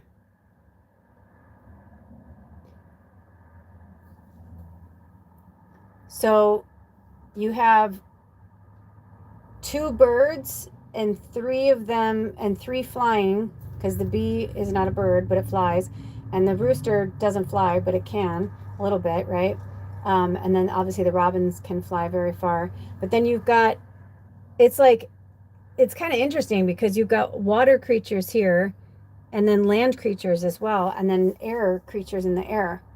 So I feel like you're missing fire. And maybe for some of you, what is going to happen is once we get into Leo season, because this card right away made me think of Leo, even though it says conditioning, it made me think of Leo. So it could be that for some of you guys, if not all of you in this reading too, that once Leo season comes in, which is, let me check my calendar really quick. I think it's the 22nd. Yes, the sun enters Leo on July 22nd. So in real time, it's the 11th. And also on the 19th, we're having this magical like time in astrology where all of the, you know, I don't know, I'm not an astrologer, but it's where the Star of David aligns with these other planets. It's in a sextile. Research it. I feel like you're meant to research it on your own, because I don't want to say something wrong, but I know that it's something that hasn't happened in 14,000 years, which is a big freaking deal. And the Star of David is linked with Jesus as well and the Christ consciousness. Drink some more water.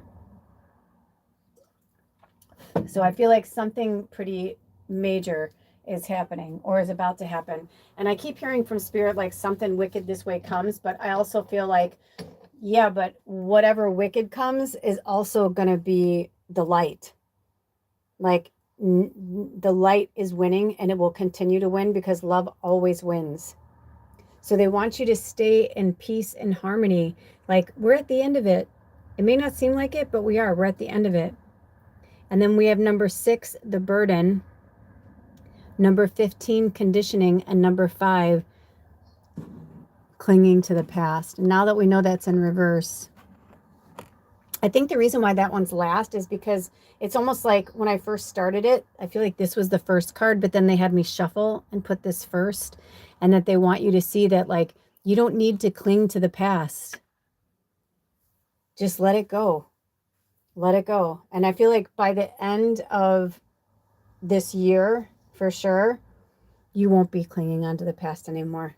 It's just conditioning. You've been carrying the burden. Your ancestral breakers, that's what's coming through. You feel harmony, like you feel that connection with Spirit, like you love your life, like you love, and if you don't, you will soon. It's just that it's conditioning for us to be in fear, right? Because look at these guys are all chill. This one's laying on his back. It's like they're super chill right now. They should be terrified. They should be running for their lives, right? Because there's a lion in their den, right? In their pasture or whatever. There's a lion in there. They should be running for their lives because he's going to eat 1 or 2 of them, right? Or he's going to at least eat 1. But instead, they're surrounding him. And I feel a divine masculine energy coming from that. And because it's the number 15, when you add it together, it's also the number 6. But look at, follow me here. This is 10, but it's really a 1. If you take away the 0, it's kind of like the year 2026 that we're in. 6s, hello. When you add 2026 together, it's 10, but you would take away the 0, it's a 1. So it's like completions and new beginnings. Then we have 6 here. If you add 15 together, that's the number 6. And this one's 5. 1, 5, 6, 6. It's like, I feel like you're kind of coming into it. Let's see what your middle card says. Now that you've seen this picture, oh, I feel like some of you are like, I don't like it. I feel like maybe you don't like being a light worker or an angel, or maybe you're a medium or an astrologer. You know what I mean? Like maybe you work with that. Like, sorry, that was a little loud. Also, I just heard, or I'm seeing Scorpio, and is that a 9? So Scorpio, then 9. So 9 could be 9 months. So that could be September. But also Sagittarius is 9th house powerhouse. So it could be that for some of you, like you're going to see significant changes during Scorpio season. And then I'm getting that it's either going to be in September. So basically towards the end of the year. Because I'm getting September, which is the number 9. I'm getting 9th house, which is Sagittarius, and I'm getting Scorpio. And then on top of this, we have, let me get my book. because I'm almost positive of what it is, but I always, again, like to make sure I say the right thing. It's important to me because it's important to you. I'm not a full head-on astrologer. Okay, so this one is Neptune, right? I'm almost positive that's Neptune. And I don't know what's going on. Like, I know a lot of like things have shifted, and I know Neptune's been a big star, and Venus, a lot of them. I mean, there's just so much going on with the planets and the energies right now. But I do want to read to you. They want me to read this thing I have about Neptune to you. So do your research in terms of astrology and how it applies to your chart. So Neptune rules Pisces, the 12th house. And I think that's the only one.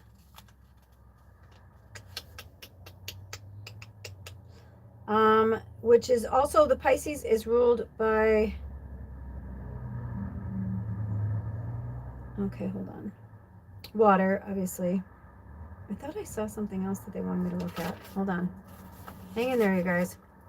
Hang in there. Here we go. Okay, so Neptune. These are the highlights of the energies of Neptune. Inspiration, ideas, dreams, oneness, mystical. It says truth versus illusion. So from now, whenever you watch this, it's timeless, but in real time, it's July 11th. So I'm hearing from now until the end of the year that we're going to see like all of the like fakery and fuckery, like all of these, like all the curtains will be pulled back from the wizard. You know what I mean? Like there's going to be a lot of stuff that's going to come up. So they're saying stay focused on your dreams and your ideas and your connectedness with the mystical energy.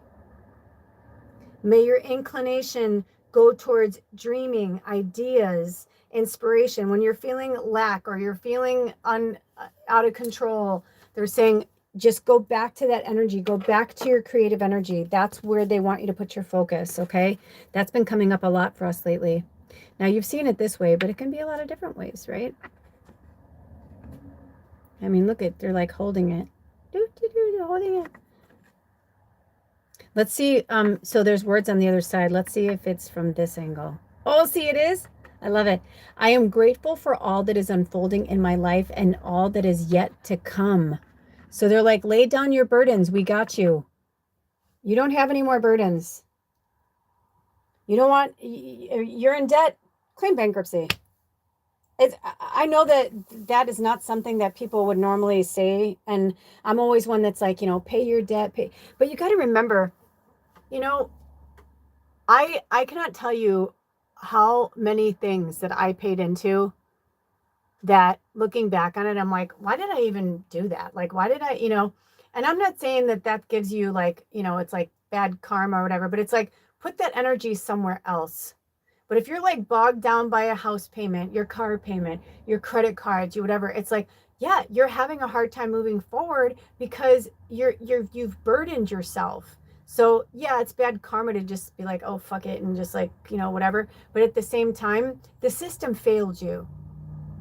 A lot of times you've most likely paid back your debt and then some. But what happens is they tack on these horrible fees and these, interest rates that are so astronomical. And a lot of times people get into debt because they had one thing happen.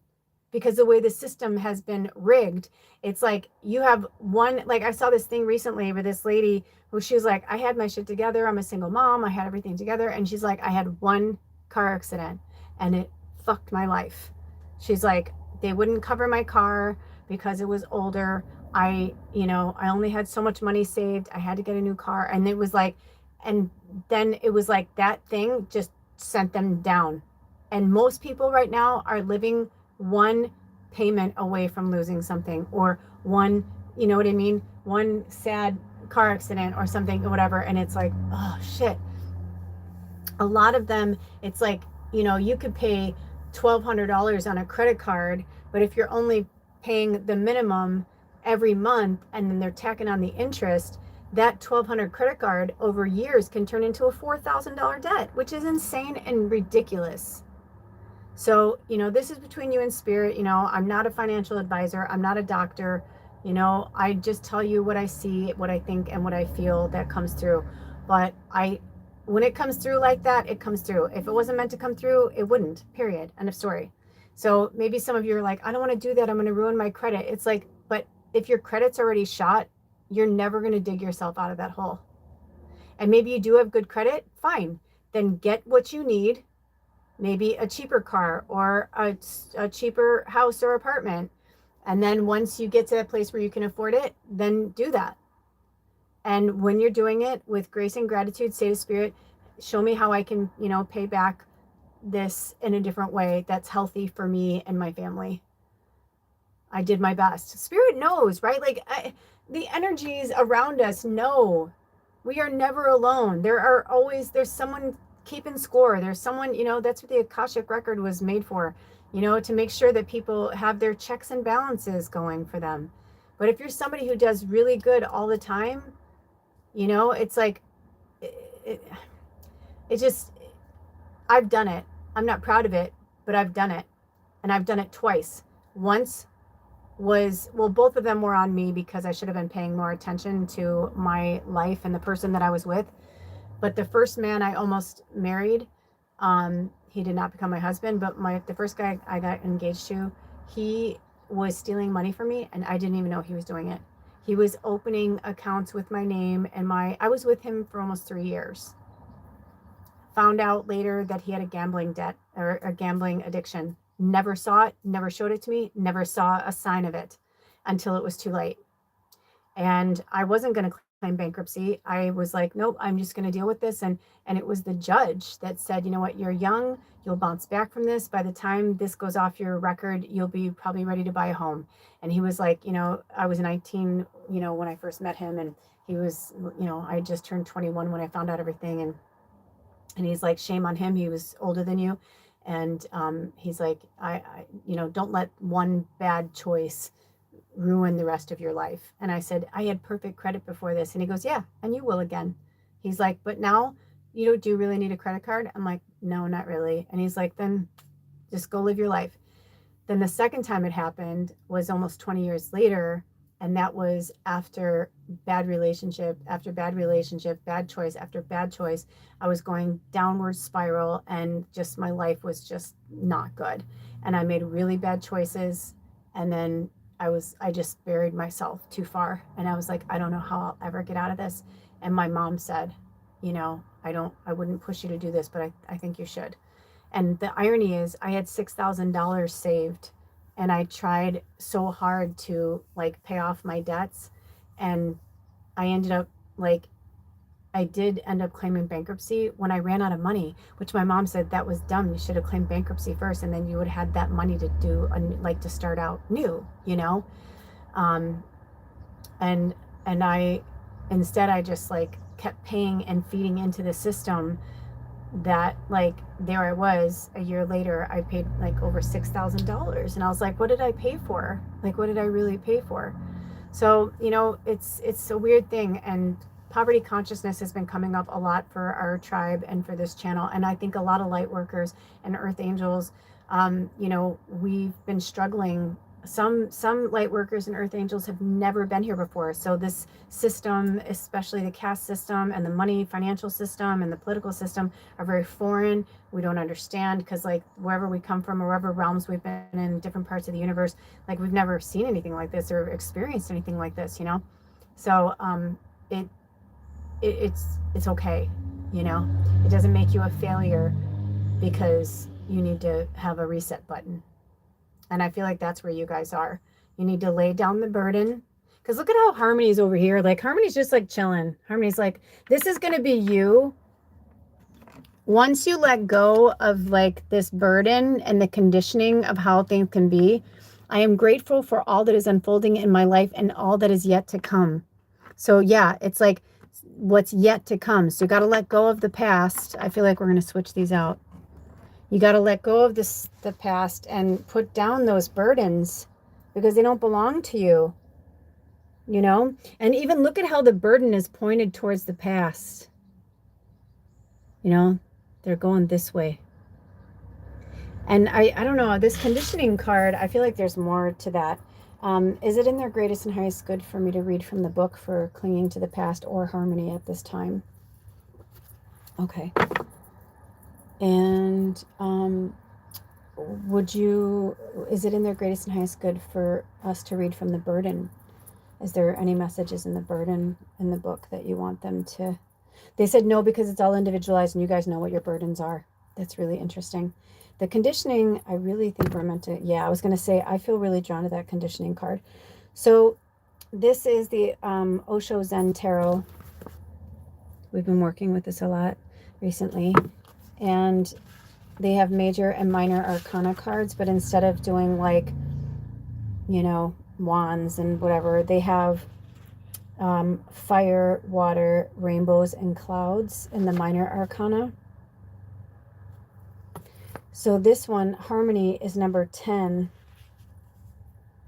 And it is in the minor arcana in the suit of... Oh yeah, that's one thing that's cool, is when it's in the suit of rainbows. Oh, I see what they're doing here. Okay, so the suit of water is where the harmony card comes from, and it's the 10 of water. So if you were looking in a traditional tarot, I would imagine this would be the 10 of cups. And this has to do with emotions too, because I kind of feel like you guys are just burdened. You're just like bogged down with like so much stuff that's not yours. It's also on page 116, if that means anything to anyone, which also comes out to the number 8. The card before this is sorrow.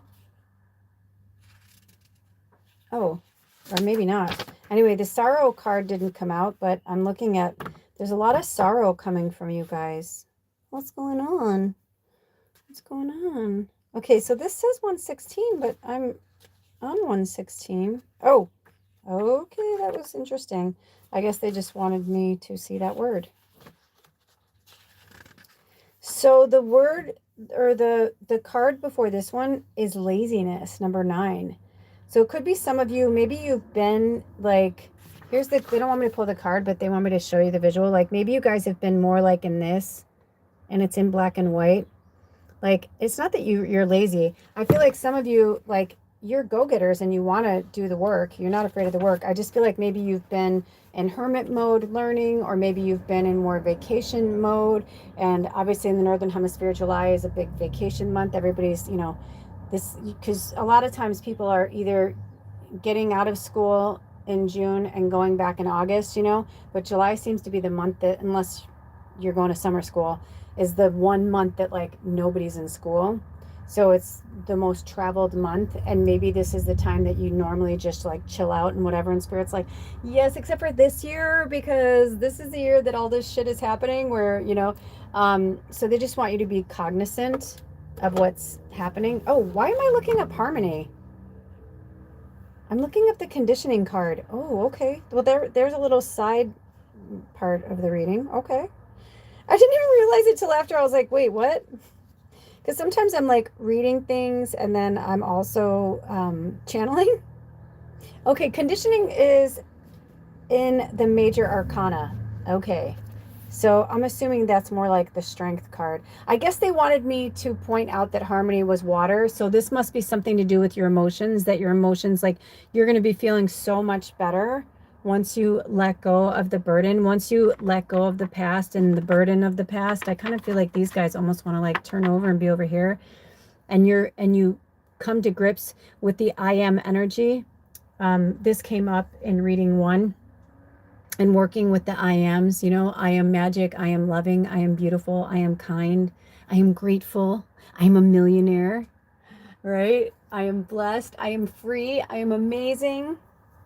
So this says, I am grateful for all that is unfolding in my life and all that is yet to come. Maybe you're sitting in the unknown and maybe you're feeling a little anxious. And so Spirit's like, just be grateful, even in the unknown, even in the anxious. We need to be, you know, present in that energy, because that's where the Spirit's saying, because you're kind of like in a timeout. You're in a spiritual timeout, or you have been. And now they're like, it's time to work, guys. Okay, so the conditioning, It says, this card recalls an old Zen story about a lion who was brought up by sheep. So work with sheep and the lion as well. Who thought he was a sheep until an old lion pond where he showed him his own reflection. Many of us are like this lion. The image we have of ourselves comes not from our own direct experience, but from the opinions of others. A personality imposed from the outside replaces the individuality that could have grown from within. We become just another sheep in the herd, unable to move freely and unconscious of our own true identity. It's time to take a look at your own reflection in the pond and make a move to break out of whatever you have been conditioned by others to believe about yourself. Dance, run, jog, do gibberish. Whatever is needed to wake up the sleeping lion within you. And it says, unless you drop your personality, you will not be able to find your individuality. And I'm hearing mask. Like maybe some of you have like taken on a certain persona like this, right? Like maybe you've taken on like your family, your friends, your job. Like maybe you're one way when you're there, but then when you're with like us, right? Like we're your spiritual community. Let your freak flag fly. We know who you are. We know what you are. You're an earth angel. You don't have to explain yourself to us. We know who and what you are, you know? But to other people, like when I said to my mom, my very Christian Bible abiding mother, that I thought I was an earth angel, I mean, she looked at me like I'd lost my fucking mind and I was off my meds, you know? And I said, I know that's blasphemous to you, Mom. I'm like, but it kind of makes sense. I'm like, so much of it makes sense. And my mom's like, oh, you know, right? So be mindful who you're talking to. Be mindful who you're sharing your dreams and your hopes with. That's why I'm single right now. I couldn't be in certain energies anymore. I was like, you may not believe this, but I believe this. You may not think whatever because you're so ingrained in the third dimensional energy, like you don't see beyond it. And some people are like, you know, oh, I'm spiritual. Yeah, you may be a spiritual person, but if you're still living in the third dimensional reality, then you will continue to run into the same obstacles, the same bullshit, it's going to continue. It's conditioning. They've been conditioned to, you know, obey and believe the man, you know, like you step out of line, you know, what's that song? Step out of line, the man will take you away, right? We've seen it throughout history and time. Be quiet. Don't tell people, you know, you'll get burned at the stake. You'll get hung from a tree. You'll get like all these horrible, horrific things for being yourself or coming out of the closet, so to speak, right? And I remember when one of my teachers had said to me, it's time to come out of the broom closet, right? She's like, you are a witch. There's nothing wrong with that. You're an earth angel. Like you're here to help, you know, bring humanity back to its golden state, its golden energy. That came up in reading 1. So I'm going to thread that through here too. So work with gold energy, like the color gold. This came up because this is from the Living by the Moon. That's that card. That's the deck. And this is the inside of the box. You know, so it's like, and it's like, we need to be this bright and this sparkly. And I know that it scares some people because they're having maybe you are having some, you know, clinging to the past where in this time period, right, where like when people dress like this, where it's like they loved you being a witch or a sorcerer or sorceress or whatever, as long as you were doing what they wanted you to. But if you started to tell them, you know, no, then like they'd, you know, put your head in one of those creepy boxes and put, you know, rats there to chew your face out. I mean, there's really horrific things that people have done throughout time. Watch the 3rd season of American Horror Story. That shit really happened. That was based on a true story. It's so fucking gross and horrific. But humans have, you know, so set down that burden. You know, maybe you were a child, you know, or maybe you're not dealing with inner child stuff. Because to me, this feels like this could be a child, but this also feels like this could be a man and a woman. This could be a woman and there's just so many, it's all in the way you see this card. And the rooster, there's a reason why they call it the cock of the walk, right? Like, because the rooster's out, look at me, look at me, look at me. And Leo energy is coming in. And I feel like for you guys, when Leo energy steps in on July 22nd, you know, I feel like a lot of people are like, they are programmed, but in a way like earth angels and light workers, where like if either they're awakened or, you know, or semi-awakened, and then they're going to have that moment, or not awakened at all, and they're going to have that aha moment where they'll just wake up really fast. And then there's other people like us who have been awakening slowly, you know, or we're light workers, earth angels. Like we've always known that there's something different about us, that we're just different. And I feel like, you know, it's time for you to let that go, because that's not who you are. So it says, unless you drop your personality, you will not be able to find your individuality. Individuality is given by existence. Personality is imposed by the society. Personality is social convenience. Society cannot tolerate individuality because individuality will not follow like a sheep. Individuality has the quality of the lion, and the lion moves alone. I almost wanted to sing, "The lion sleeps tonight," right? But the lion moves alone. The sheep are always in the crowd, hoping that being in the crowd will feel cozy. Step out of your comfort zone. Being in the crowd, one feels more protected, secure. If somebody attacks, there's every possibility in a crowd to save yourself. But alone, only the lions move alone. And every one of you is born a lion if you chose this reading too. But the society goes on conditioning you, programming your mind as a sheep. It gives you a personality, a cozy personality. Nice, very convenient, very obedient. Society wants slaves, not people who are absolutely dedicated to freedom. Society wants slaves because all the vested interests want obedience. So step out of your comfort zone. Step out, spring out of this box that you have put yourself in, medically, oh, interesting, metaphorically, you know, emotionally, intelligently, like all of these ways that you have like put yourself in these boxes. Do you guys remember, for those of you who watched that show Weeds, the beginning song was, tiny or little boxes on a hillside, little boxes full of ticky tack, right? Like meaning like the suburbs. And I grew up in a suburb, and I know what they're talking about, where it's like there's 5 houses that you get to choose from in the suburb, but they can't all be in the same place, and they have to, because they want them to look alike but not too alike, you know. I mean, there's just so much. This is stuff that's been going on for ever, and now we are here. We are the lineage breakers, we are the pathfinders, we are the wayward warriors, we are the earth angels. We are here to pave a path for something completely brand new, completely brand new. Even if we are coming back to the energy of when the world, earth was first inception, was to have this really cool training ground for the soul. It's like it's evolved, it's not the same. So this is your mantra. I am grateful for all that is unfolding in my life and all that is yet to come. And I'm going to add into that, I trust you, Spirit. I trust you, Spirit. I trust you, Spirit. I have faith in you, Spirit. I believe in magic and miracles. Saying positive mantras every day helps. I am a beautiful soul. I am magic. I am spiritual royalty. I am free. I knew there was one more in there. And look at how the moon and the sun are starting to come together. I'm getting a vibe from this about eclipse season. That's coming up as well. So the next several, like the rest of the year is going to be like, hold on to your hats. But the next 6 to 8 weeks are going to be a really pivotal time for us on many levels. Okay. So we've got a full moon lunar eclipse. Ooh, I swear I felt like that card wanted to stand up by itself. I'm like, you go ahead. You show your magic. I was like, you guys are magic. I can feel it though. So here's the back of it.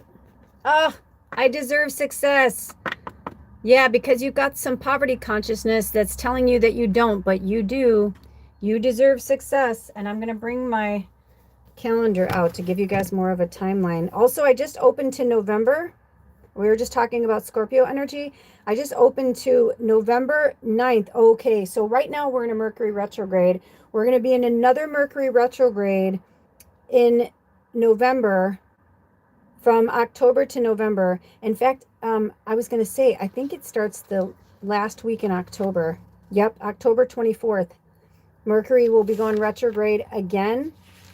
And Mercury will be in retrograde over Samhain, Halloween, for those of you who don't know. So And we'll be in a waning moon like we are. That's kind of interesting. Interesting. Or wait, no, hold on. No, hold on. They're saying that doesn't matter right now. What they do want you to see is that Mercury will go direct on November 13th.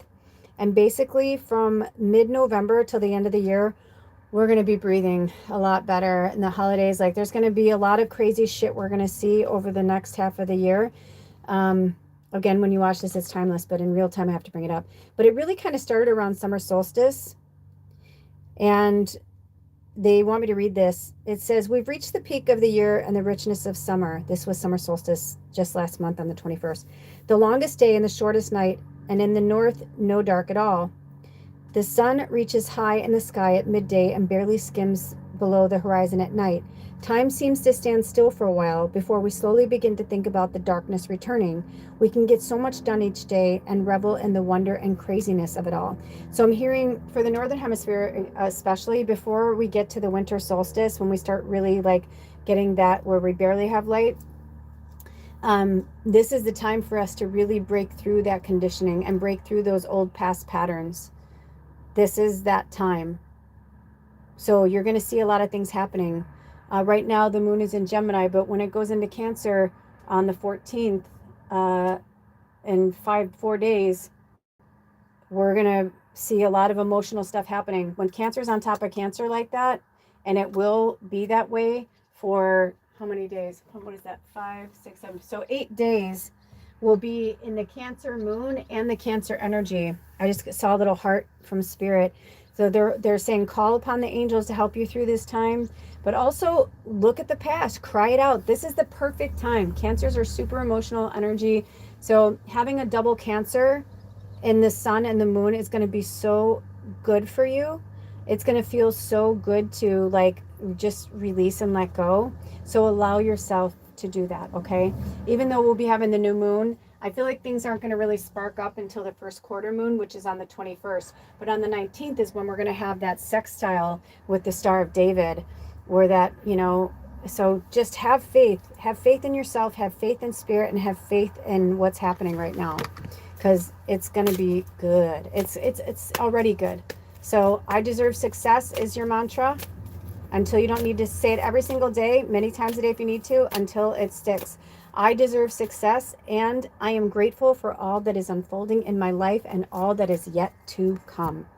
All right, Spirit, do we have any more cards for this reading at this time? Do we have any more channeled messages for reading 2 before we leave? Nope, that's it. And all my information, if you'd like to work with me one-on-one, magickalmedium@gmail.com is my email address. And if you go to my main page on YouTube, you'll see in the About section where it says Welcome Beautiful Souls. It tells you what I do, what kind of sessions I provide. I work on a sliding scale and prices may vary. Also, I have links there for my PayPal, Venmo, and Cash App. But also my main thing right now is I'm saving with Amazon. So I have my Amazon wish list is back up and running. If you're called to send a deck, that's great. But right now, what I'm really trying to do is I'm trying to save to buy a tent. It's going to be my new home. The home that I've been redoing and living in is literally falling apart around me. I got to get out of here. So right now I'm looking at getting this really cool cabin tent that I can fit my wood stove in and actually like live in. It's a really nice like canvas one, so I'm saving up for that. And yeah, so if you can, thank you so much. Prayer is free, so if you can't, no worries. Just remember that prayer is free. Just thank you for sending the good energy my way, that whatever I need will come my way when I need it, kind of thing. It's between you and Spirit how you pray. But yeah, so I have Amazon gift cards to their website from $10 up to $150, and you can do more. You can buy as many as you want, however you want to do it, but it does really help me. And thank you to those of you who've been contributing. It really does help a lot. For so many of you, you're the reason why I have deodorant right now. I was going to make my own deodorant, but I'm semi-allergic to baking soda, so I was having a hard time. And then this, beautiful soul came in and was like, I need this, and that. And they're like, cool, let me know, send me the list. And they bought these things for me that I needed, like toiletries and all that. So it helps a lot. And it's good karma and it's good energy for you too, because it really is about the exchange of energy. All right, you guys, until next time, take so much good care of yourselves and each other. Slow it down, rest, take it easy. You got this. You're not alone. We are here together with you. We love you. Blessed be. Oh, bye.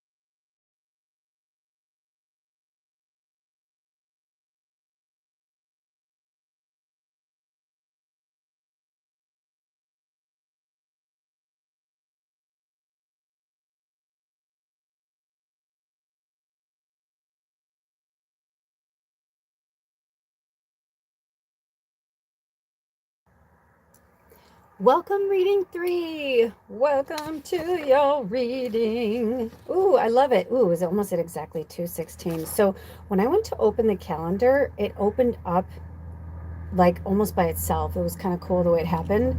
And it's showing me from August 10th to August 16th.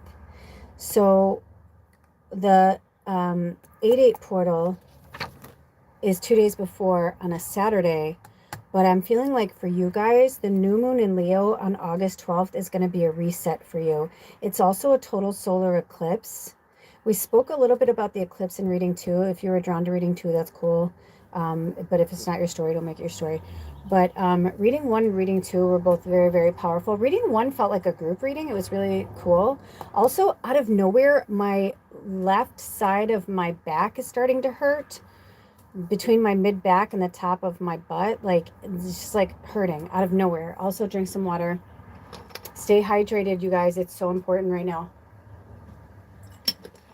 Yeah, this pain kind of came in out of nowhere.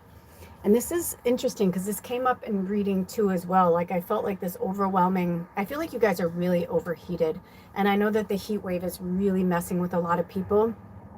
So, I don't know. I kind of am getting this vibe that you're going to like have a culmination of energy on August 12th, which would be a month from now. It's funny because when I looked at this, I was like, well, that's so far away. I'm like, no, because in real time, today's July 11th. It's a 10-day. 7/11/2026 comes out to the number 10. Or, yes. And take away the 0, it's 1, it's new beginnings. So I feel like for you guys, the 12th is the day that I'm really looking at, this new moon. And that is going to be 8, 9, 10. That's going to be a 12. It's going to be a 12 day on the 12th, which is really cool, you guys. Just to let you know, this Lionsgate portal is a really magical one because it's an 8/8/8 portal, meaning like it's on August 8th. So August is 8, and 8 is, oh no, wait, hold on. No, or is it a 10? Hold on, let me add it together. Yeah, it is an 8. So it comes out to the number 8 on the 8/8 portal. That's really magical. So I feel like that's a big, like if you're wanting to do something special that day on the 8/8 portal, I would definitely do it. Also, 8s are about infinity. So you may want to work with the number 8 as well. Also, it's saying something about, I'm getting drawn to August 6th as well. So I don't know if those dates mean anything to you guys. August 6th, August 8th. But August 12th, the new moon in Leo is going to be a really big day for you guys. The moon will still be in Cancer. Or excuse me, the moon.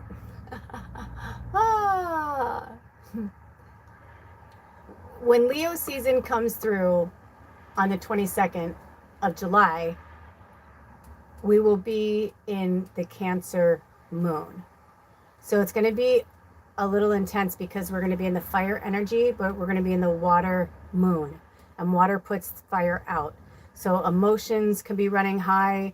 You know, we're also, right now we're in Mercury retrograde. Mercury is going direct on the 23rd of July. So there's a lot going on, but I'm feeling by August 12th, which will be 3 weeks after Mercury has gone direct roughly, that you're going to start feeling like yourself again, or you're going to start to feel good. But there's also total solar eclipse and a meteor shower of some kind. It's the Perseid, is that how you say it? I don't have my glasses on. The meteor shower is that night too. So there's like a lot of magical stuff happening on the new moon in Leo. So hang in there, you're going to be okay. But it is going to be a total solar eclipse. And depending on where you live, you know, it always affects all of us, but I just feel like Spirit just wanted to tell you that. All of the readings so far have had some type of channeling or messages that were special to your reading, or specific dates for you guys, which, you know, for years I try to stay away from that. But funny, one of the last pick readings I did was what's going to happen over the next 6 months from solstice to solstice. And I was really surprised that we had so many things that came through of like timelines, but this one has been like that too. But they've all been different, and kind of like common threads are, you know, going throughout the readings, linking them together for these 3 feathers. But Anyway, speaking of, here's your feather. If you chose reading 3, you chose this feather. So work with the swallow, the barn swallow. That's the bird that this came from. So work with that spirit medicine. Do we have any more channeling, Spirit? Do we have any more channeling messages that want to come through before we jump into the cards today? Do we want to start with the tarot deck first? Do you want to start with the Living by the Moon cards first? Okay. So they're not having me show your tarot first. This is the first reading so far that we're kind of going backwards. They've all been very different. So I'm going to put your tarot cards over here to this side until we're ready. And these are your cards that they want you to work with. These particular cards come from the Living by the Moon deck. And it literally says healing mantras inspired by the magic of the moon. Okay. So for some of you, interesting. Oh, I just realized you're right. Oh, Spirit wanted me to tell you to work with, I saw 22155, but I saw 2155, so work with that. But 2155 is also number 13. And I always feel like my last readings are like my really witchy, magical, earth angel, like people. Take it for what it is, but I always feel like you guys are like my kind of older souls. And welcome to the new people, and welcome back to those of you who keep coming back. But it totally makes sense, right? Here's the moon, the stars, and the sun. And Spirit wants you to know that that's the way they see you. You are special, and you are loved just as much as the sun and the moon and the stars. I'm feeling a lot of self-hatred coming from you guys, and it's not, oh, look at how it's all fuzzy there, the camera. Let's work with the mantras. So these cards, I always like to show them in all ways so you can see what they are, because this could even be like, you know, sprouting up. Maybe they're not, maybe these are stars in the background, and this is like you like growing and getting, you know, I'm hearing getting strong now from Rocky. But I like to show all angles of these cards, even if they are kind of like in a more, and look at this. This kind of feels like, these kind of feel like arrows. And this feels like balance. This card feels like a card of balance.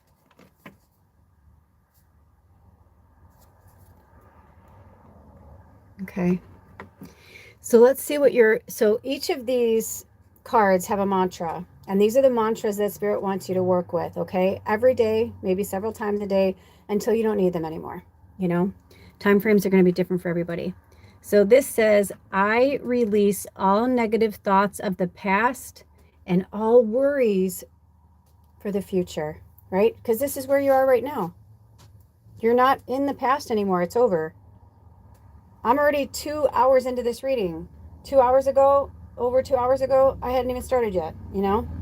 Now I'm almost done. So that's the past already. And I haven't gotten to this card yet. This card is the future. See how fast it moves? So focus on the here and now and where you are. And when negative thoughts come in, especially from the past, like I had a client recently that had been holding on to something for a really, really, really, really long time. And, you know, we were talking about it, and I said something like, how are you doing with that? Like, how, and they're like, you know, I don't think about it anymore. I just don't think about it. I don't wake up thinking about it like I used to. I don't. And I'm like, yeah, because you released it. You let it go. Because you realize that you can relive a moment over and over, but you're never going to be in that moment again. And if you didn't say something, or you didn't do something, or you didn't whatever, and you're like beating yourself up because you're like, I should have said this, I should have done this, and you're shoulding all over yourself, that holds you back from the best version of where you are now. You need to forgive that situation, forgive what you did, forgive what you said. Trust me, as somebody who was a heavy, heavy, heavy drinker, I was not a functioning alcoholic, but I was somebody that could not drink all week. But when I drank, you know, I would drink until I passed out. I would drink and have a blast until the cows came home. If I was working a job where I worked Monday through Friday, and you know, I would wait till Friday night and I would drink. And then sometimes I drink both nights, but sometimes I'm like, nah, that was like, I'd tie one on so much that I was recovering for a few days and then I had to go back to my job. And, you know, when I was younger, I could do more, but as I got older, I'm like, it's no fun working. You know, my friend used to say, no bueno, right? Like, it's no good. It's no fun working like that, or, you know, working through my life in a hangover. It was like miserable. I was miserable. So, I realized I'm like, oh, well, maybe just like once a week. I'll just drink once a week. I'm not an alcoholic. I'm like, yeah, you are an alcoholic. I was an alcoholic. I didn't have to drink every day, but I would drink myself into excess to give myself, you know, a free pass to do this or a free pass to do that. And, but then the irony is I'd feel so guilty the next day, or I'd feel bad about what I said, or I feel bad about what I ate or what I did or what I drank or what I, you know what I mean? It's just like these like constant, like self-sabotaging things to keep me from like the best version of myself. And I'd replay things that I didn't said when I was drunk. But it just held me back from being the best version of me. So I had to release that. I had to let it go. And then when I had people in my life who would constantly remind me of the mistakes I made, I had to let them go too, because how can we heal? Like that old saying, right? Like you can't heal where you're hurt. If you keep breaking the leg once it's been set and in a cast, it's never going to heal. You have to give yourself time to heal, to learn, and to grow from the experience. And if you have somebody in your orbit that you've asked them not to say things, or you've asked them to behave a certain way, or you've set your boundaries with them and they just keep moving the line, they don't care, they're going to do whatever, those aren't healthy people to have in your environment. You don't need someone to constantly remind you of your faults or your failures. And I was finding that I was doing that in my relationships too. I would try not to, but boy, if somebody else brought up the past, I was just as quick to put my fucking gloves back on and get in the ring with them. It's conditioning. That came up in reading two. Reading two was about that, about conditioning and, you know, and letting go of like the old chapter. So let's see what your other card says. This says, I let go of what is no longer serving me, and I'm open to what is. This is just another, it's languaging, but it's basically the same card. You can almost make this one full mantra. I release all negative thoughts of the past and all worries for the future. I let go of what is no longer serving me, and I'm open to what is. Because future is the same as being open, right? The future is wide open. But you have to be open. The difference in this is that you have to be open. Your heart has to be open. Your mind has to be open. Your perception has to be open. You're going into something brand new. My dad's been here all day. Thanks, Dad. Maybe this is something from a conditioning from a father figure, a male figure. It could be, I'm getting a really strong, dominant male energy. So it could be a significant other. It could be a brother. It could be a father. It could be all of the above. It could be one person, you know, maybe a father figure or a father in general, or a brother or both, right? That told you certain things about yourself. And so every man that you get together with, you don't even realize that you're actually getting together with this person. And it could be a man or a woman, really. It's just somebody who's really heavy in their divine masculine, who's feeding you the same bullshit, who's feeding you the same lies. You think they love you, right? You're like, oh, they love me, they care about me, they're just looking out for me. No, they're not.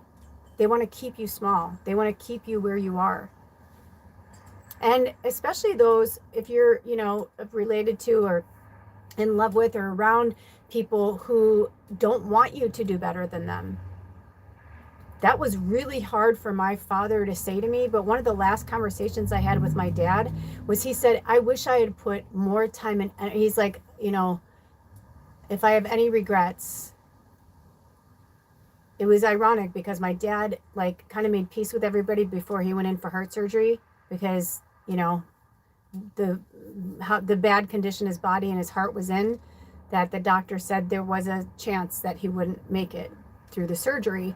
So my dad went around and made peace with everybody, but it was the greatest gift because he did make it through the surgery, and he did live, I think 2 or 3 months after, and then he went, and then we were all upset and shocked because he was on he was doing so much better. We thought, you know, he was on an upswing. And So it was really upsetting, but I'm still to this day, I'm so grateful, because one of the last conversations my dad had was that he said in so many words that he was very jealous of me, that he was, when he was younger, he wanted to be a musician, and he wanted to, be famous, and he wanted to, be a rock star and all these things.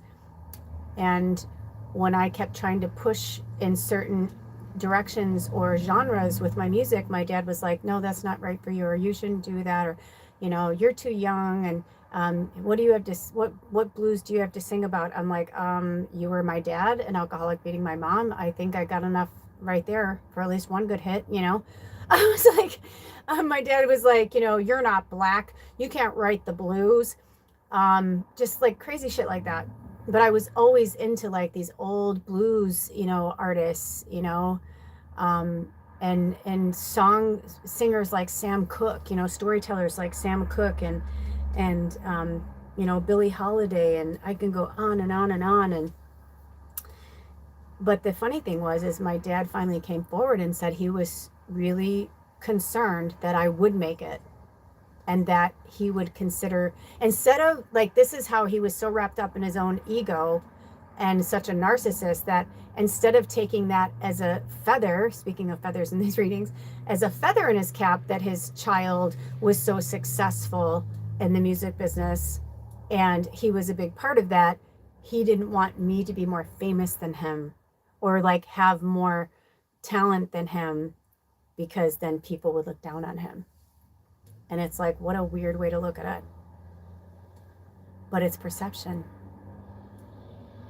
And he said, if I had put the time, money, and energy into you instead of half the shit I did, he's like, you would have probably been a star.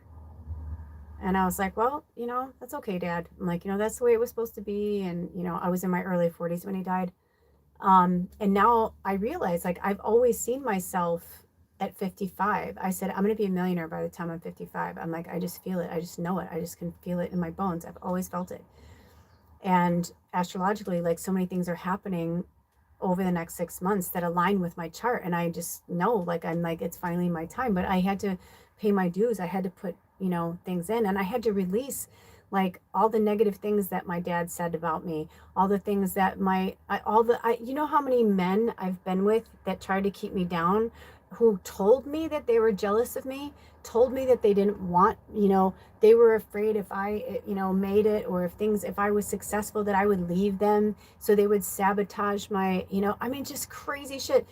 I remember one of the last conversations I had with my first husband before we broke up, who was a very, very talented and very well-known musician at the time, in the area that we were living in as a session musician. And he was doing really well. He was up and coming, like things were really great. He does really well now. He's in a very famous band now that tours all over the world. But same thing. I was always begging him to help me to write music, or, we had a music studio and I did play piano, but it's like, he'd be like, oh, I'm just too busy. He was always too busy for me. Then finally we co-wrote a song with another friend of ours, and we just felt like it was such a powerful hit that we decided to record it. And when we got in the studio with one of his dear friends, who was also a bandmate and a massive producer, he's still a very huge producer in LA, gets me in the sound booth and I'm recording, and I come out and he just looks at me, because he'd known us both for years. And he was just like, I had no idea that you could sing like that. And he's like, why weren't you doing more with her? Like, why are you, because of ego. He used to say, I'll make it first. Once I make it, then we can focus on you. But, talk about manipulation. And I did it. I worked 2, sometimes 3 jobs just to keep us afloat. And then I finally went through a period where I couldn't work for 9 months, and he was and because I was sick, by the way, and I had a really hard time finding a job and all these things.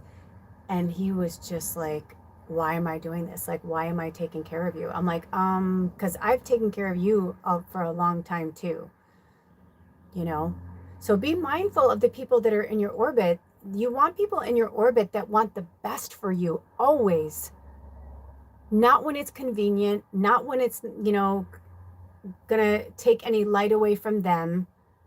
God forbid you should steal somebody else's thunder. We are a co-collective. We are one. That's not how it works. We're here to love each other, take care of each other, look out for each other. We want to raise each other up. If you have people in your orbit, friends, family, lovers, doesn't matter, even your kids, if they're dogging you, being mean to you, or saying, oh, you can't do it, say, really? Watch me. Let it fuel you, but also remember when you get to that place, because those are always the people that when you do make it and you make your first million, or you win your first Grammy or Emmy or whatever it is, those are first people with a handout. Oh, remember that? I helped you. I was always looking out for you. If you had gone to that thing, who knows what would have happened, but you were meant to happen now. And maybe they're right. But you did it. And they did help, because negative thoughts push us into open, loving thoughts if we allow it, if you don't dwell in the negative. But you have to let go of the negative because it doesn't serve you anymore. Reading 3, you need to let go. The future is open. Look at the you know what I love about this deck is that every time the cards come together, I feel like the capital letter words are your real resounding messages. And what do we have here? Release, future, and open. Once you release those negative thoughts, your future and those past worries, right? Your future is wide open. It's a brand new page. It's a brand new chapter. It's a brand new slate. But you must stay open. You're going to have things that are going to come towards you that maybe if it scares you, that means you're going in the right direction. Because a lot of people are scared to succeed because we've been born and bred in this poverty consciousness for a long time. There'll be a link in the description box for my last podcast, but I spoke about that. It was talking about escaping or erasing. I forget the words because they both kept coming up to me. Erasing the poverty consciousness, escaping the poverty consciousness. Only you can do that.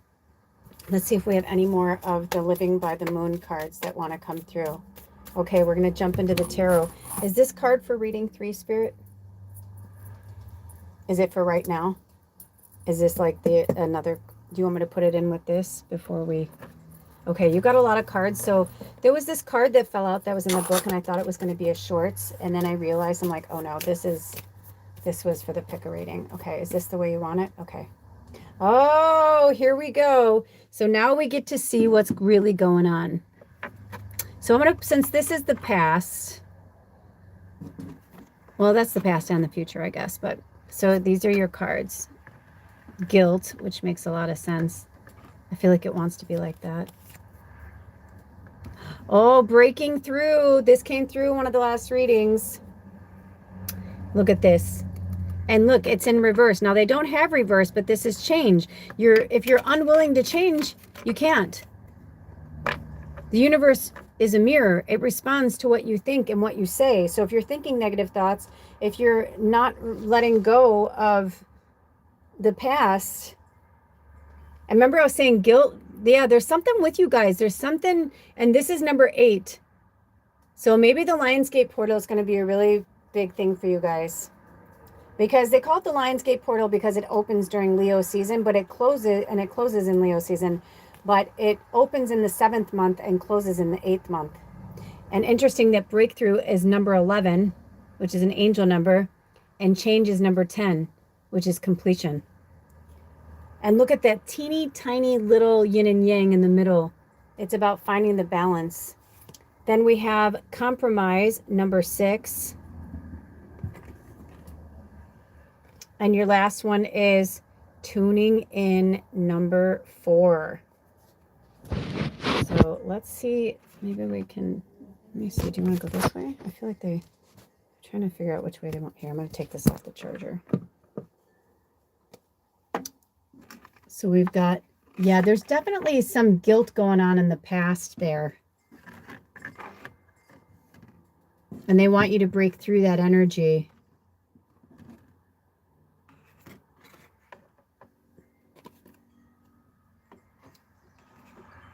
turning in.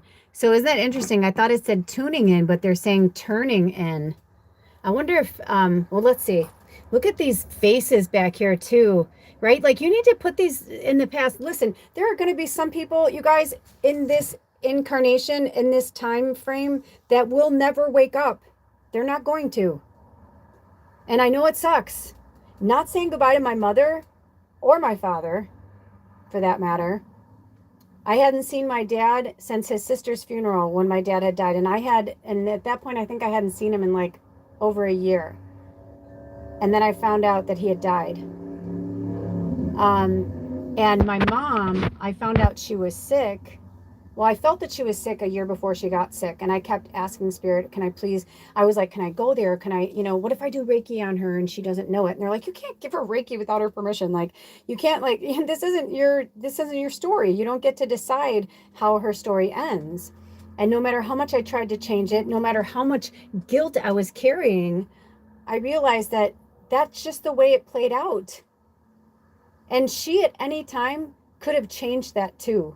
And she didn't. And that's why Spirit was like, why are you taking all this blame? She gets nothing. She just gets to live that way. She just gets to be that way and talk to you that way. That's okay. You preach to everybody all the time. Don't let people treat you this way and talk to you this way. But your own mother's doing it, but that's okay because she's your mom.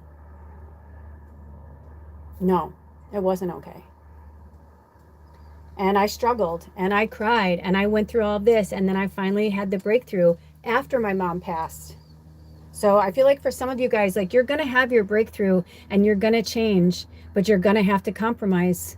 And a big part of that is leaving them in the past because they're still stuck in some shadow or some old world.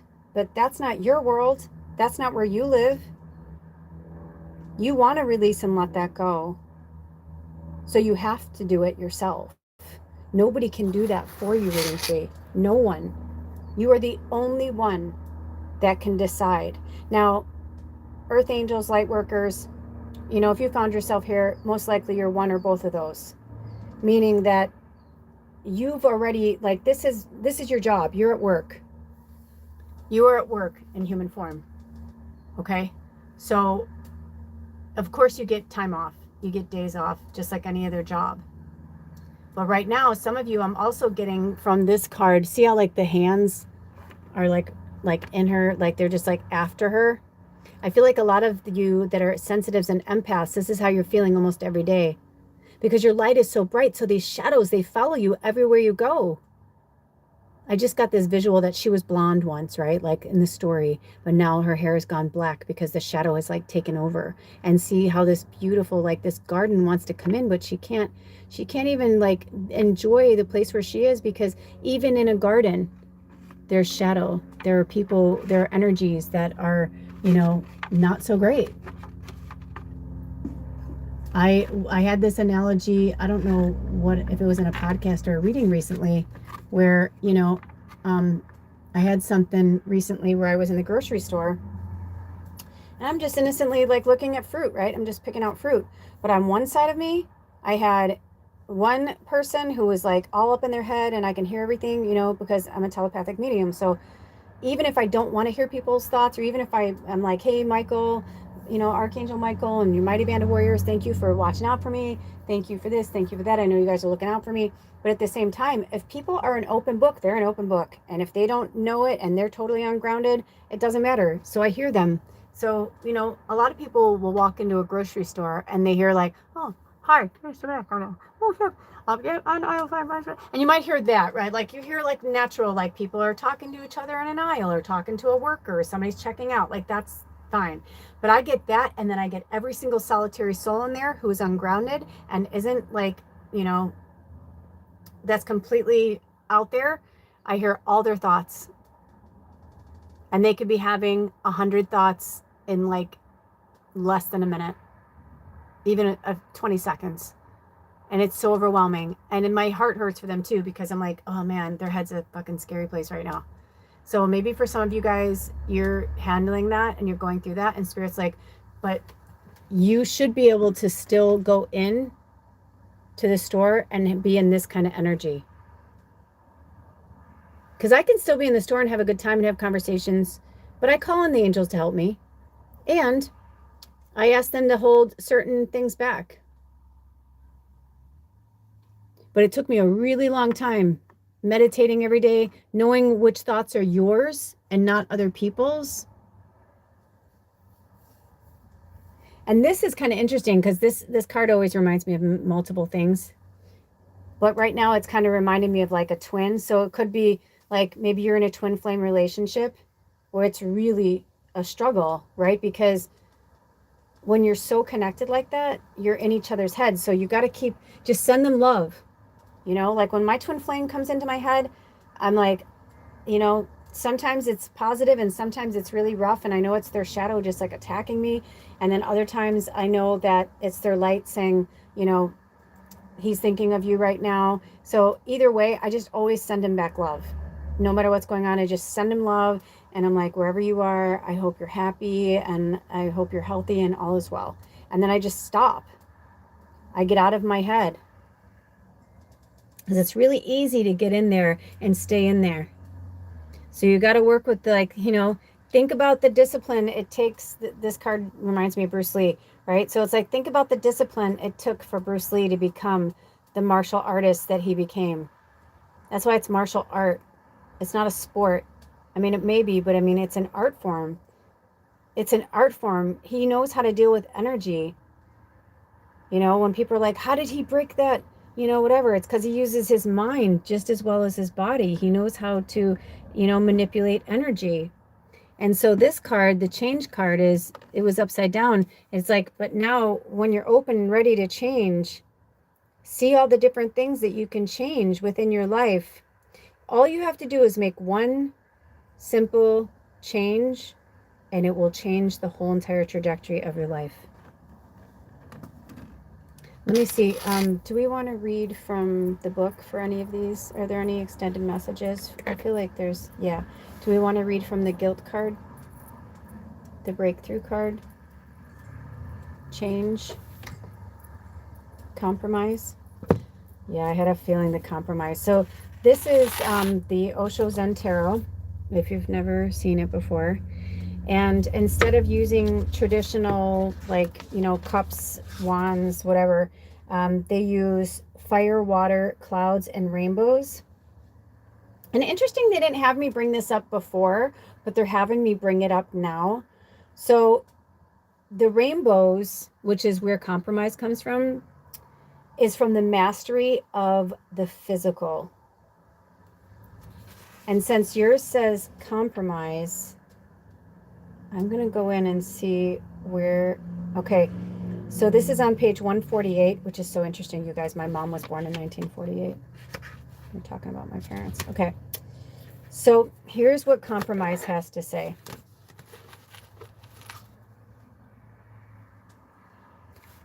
In the courts of ancient Japan, the male attendants were often selected from the ranks of petty criminals who were castrated. Because of their intimate familiarity with the activities of the court, they were often at the center of the political and social intrigues and exercised a great deal of power behind the scenes. The two figures on this card remind us of the sleazy, interesting, and conspiratorial situations we can get into when we compromise our own truth. It is one thing to meet another halfway, to understand a point of view different from your own and work towards a harmony of the opposing forces. But it is quite another to cave in and betray your own truth, our own truth. If we look deeply into it, we usually find that we are trying to gain something, whether it is power or the approval of others. If you are tempted, beware. The rewards of this kind of compromise always leave a bitter taste in the mouth. Interesting, right? Yeah, because if you're caving in to your beliefs and you're not changing, and it's like, then you're just surrounding yourself in these shadowy experiences. But it's like, look at the extreme from this energy to that energy. That's somebody who's gone through, had the breakthrough, decided to make the change, knew they had to make a compromise, and are tuning in to their real energy, right? Because they finally let go of what is no longer serving them and they're open to what is. They've released the negative thoughts of the past and the worries for the future, because they know that that's just a fruitless endeavor. So the second part of this says, don't be clever, otherwise you will remain the same and you will not change. Half techniques on the path of love and half techniques on the path of meditation will create much confusion in you. They will not help. But to ask for help is against the ego, so you try to compromise. This compromise will be more dangerous. It will confuse you more because it was made out of confusion, so it will create more confusion. So try to understand why you hanker for compromise. Sooner or later, you will be able to understand that compromise is not going to help you. And compromise may be a way of not going in either direction, or it may just be a repression of your confusion. It will assert itself. Never repress anything. Be clear cut about your situation. And if you are confused, remember that if you are confused, remember that you are confused, right? This will be the first clear cut thing about you, that you're confused. Once you figure that out and you understand what that means, you've started on the journey. I know this card was a contradiction in itself like 7 times, but I think what they're trying to say, first of all, I think this was written in a different language than English. But I think when they're saying don't be clever, otherwise you'll remain the same, you won't change. They're saying don't be clever, meaning like don't keep trying to like wear different masks or be different people when this is who you really are, because that just leads you to this, right? And when you compromise, it's like you've broken off yourself, like, right?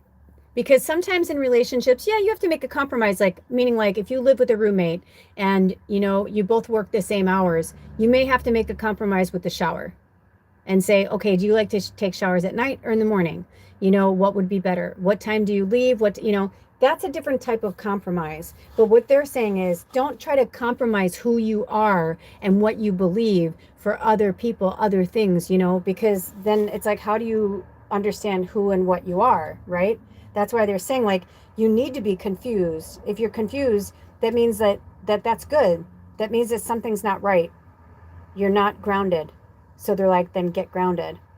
And then it says half techniques on the path of love and half techniques on the path of meditation will create much confusion in you, right? Because like, if you're like, I'm like love, and you're meditating on one side, that's great. But then you're like hanging around in bars and drinking with people. And you know what I mean? It's like that, you're living 2 different existences. And so that's going to be really confusing.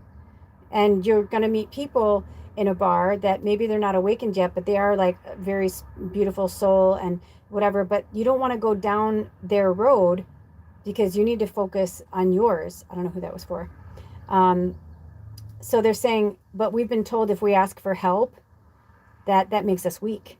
So that goes against our ego. So you try to compromise again, right?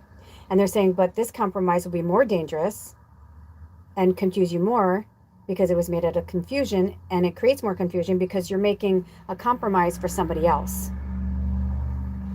And then it says, so try to understand why you hanker for compromise. Like, right? Like, why are you in relationships or situations where you have to constantly compromise?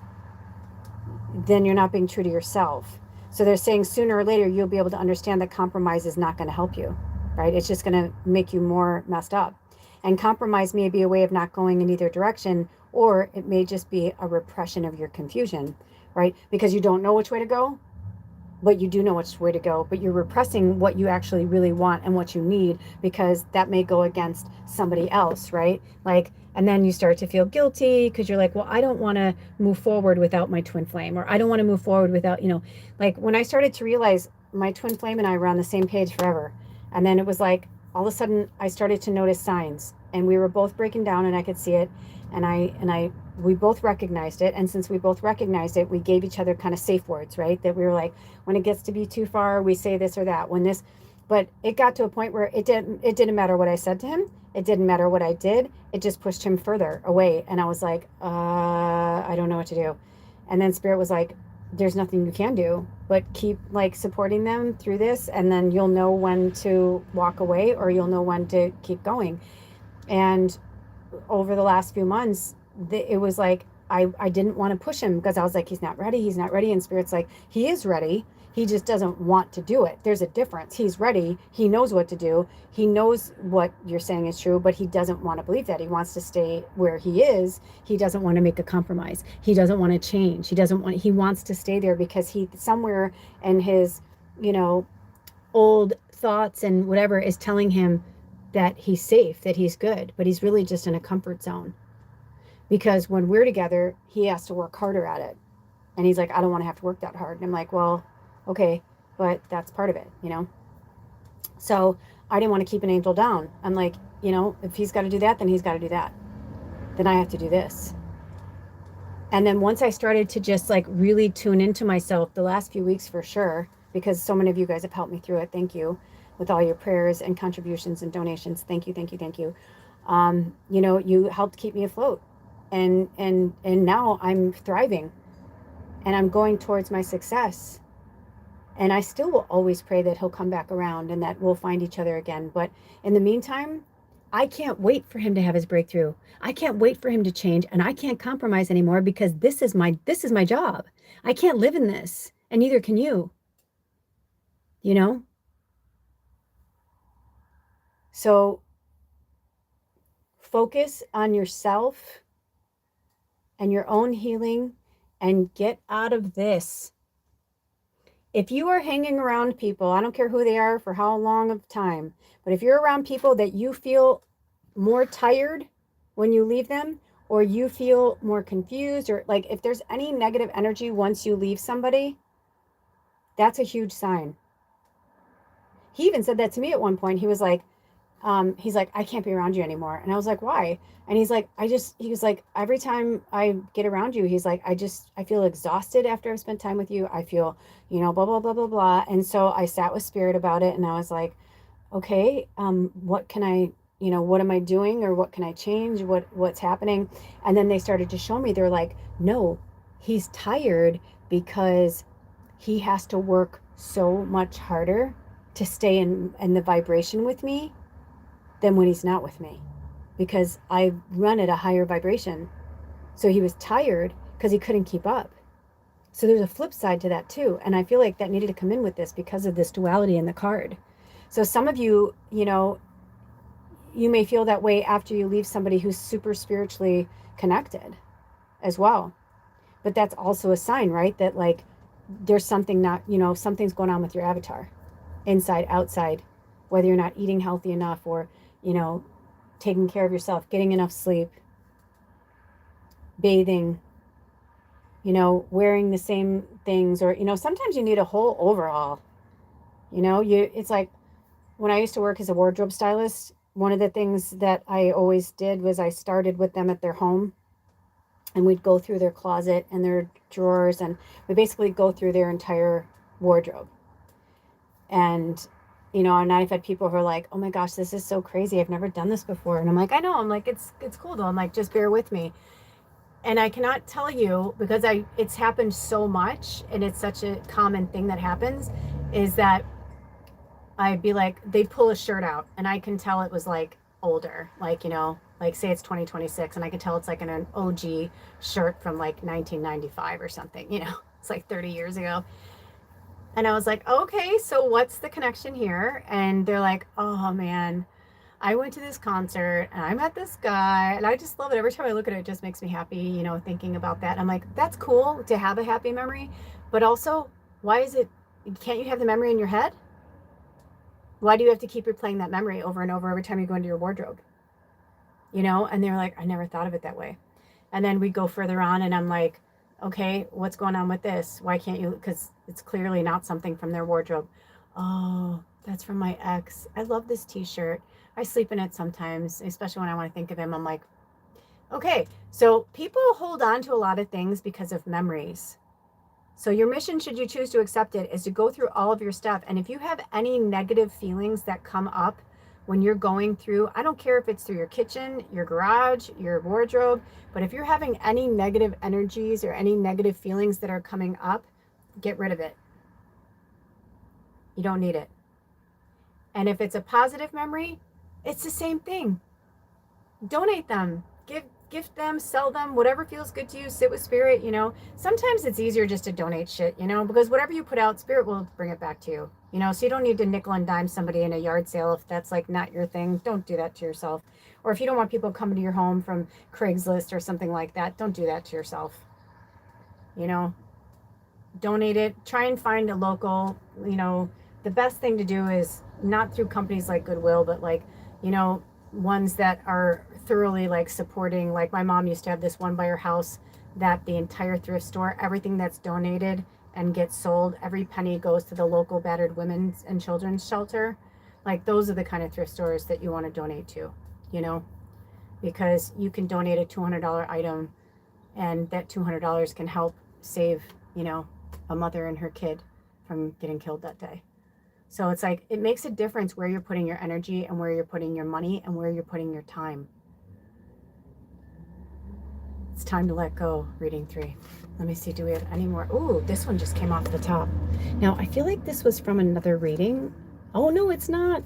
Oh, look it. And believe in yourself, Spirit said, because you are wise beyond your years, right? Like I said at the beginning of this, usually my last readings are like my really old souls. So don't be down on yourself because you're like, I should know better, or I'm an old soul, or I know better, or it's like, yes, but you're still human here and you're working through. And, you know, if you're drawn to 2, we talked all about this, about being the ancestral lineage breakers, you know, you're wise beyond your years. So you know that it's like the compromising isn't going to work for you. It's not going to help you. You know what you need to do to change, reading 3. It's going to be different for all of you guys, but you are wise. You do know what to do. You just have to put it into practice and do it. And I know it's hard to let go. There's nothing that you can tell me right now that I wouldn't understand. I've either experienced it myself, or either way I would understand. Because it's difficult. It's difficult to release, especially when it's people, you know, that have been in our lives for most of our lives, or someone that's been, you know, a lover or a significant other. Okay, Spirit, do we want to go into number 4, turning in? Yeah, I had a feeling, because this is such an interesting card.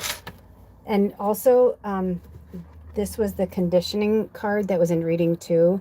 So if you're drawn to it, you may want to go check it out. But they talked about how it's about this old Zen fable about a lion cub that was raised with sheep, and how, you know, even though they're a lion that would normally kill and eat sheep, they were raised with them, right? With the sheep, the sheeple, right?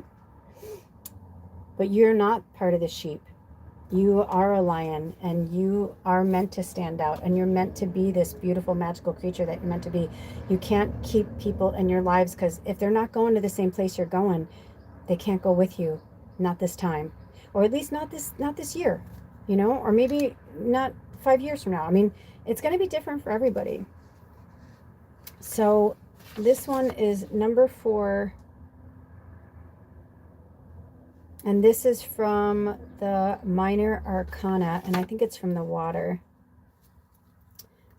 Okay, yes, it's from the water. It's from the water, the Minor Arcana and the water suit. And it's on page 104, which is interesting because your card number is 4, and 4s are all about balance, right? Like getting your balance. Look at how chi, look at how like zen they are right now, right? But also water is emotions. And for some of you, and this even looks like their dress looks like a wave of like water and emotions, but actually this is so weird. I have an outfit almost exactly like this. I have a little jacket like that. That's so weird, but in a good way weird. But it almost reminds me of like the shadow people too. So some of you might be battling with some really, really dark, ominous forces. And, you know, call upon your angels and archangels to help you through that, because that's not an easy energy to go through on your own. But water is fluid, and it's in this, the suit of water is like the cups, which is about our emotions. So I feel like Spirit wants you to tap into your emotions. They want you to tap in. And 1 is new beginnings, and 0 has no beginning and no end, and 4 is stability. So I feel like being on page 104, it's trying to get you to remember who you are. So it says, the divine feminine in this image has a faint smile on their face. In fact, she is just watching the antics of the mind, not judging, not trying to stop them, not identified, just watching as if they were traffic on the road or ripples on the surface of a pond. And the antics of the mind are slightly amusing as it jumps up and down and twists this way and that, trying to get your attention and seduce you into the game. To develop the knack of taking a distance from the mind is one of the greatest blessings. It is what meditation is all about, really. Not chanting a mantra or repeating an affirmation, but just watching as if the mind belongs to somebody else. You are ready to take that distance now, this distance now, and to watch the show without getting caught up in the drama. Indulge yourself in the simple freedom of turning in whenever you can, and the knack of meditation will grow and deepen in you. I mean, seriously, that is exactly what this is. It's kind of like the before and after. And here it's like Spirit's trying to show you that you have a choice. You can be in here with like flowers and whatever, or you can be in this where everybody's grabbing at you. Everybody wants something from you. You're lost in the smoke and the shadow. Here it's like she knows they're there. She can hear them. She can feel them. That's like when I tell you guys, like, you know, thank you for praying for me. I can feel when you pray for me, and I light candles for you for the abundance, for an exchange of energy.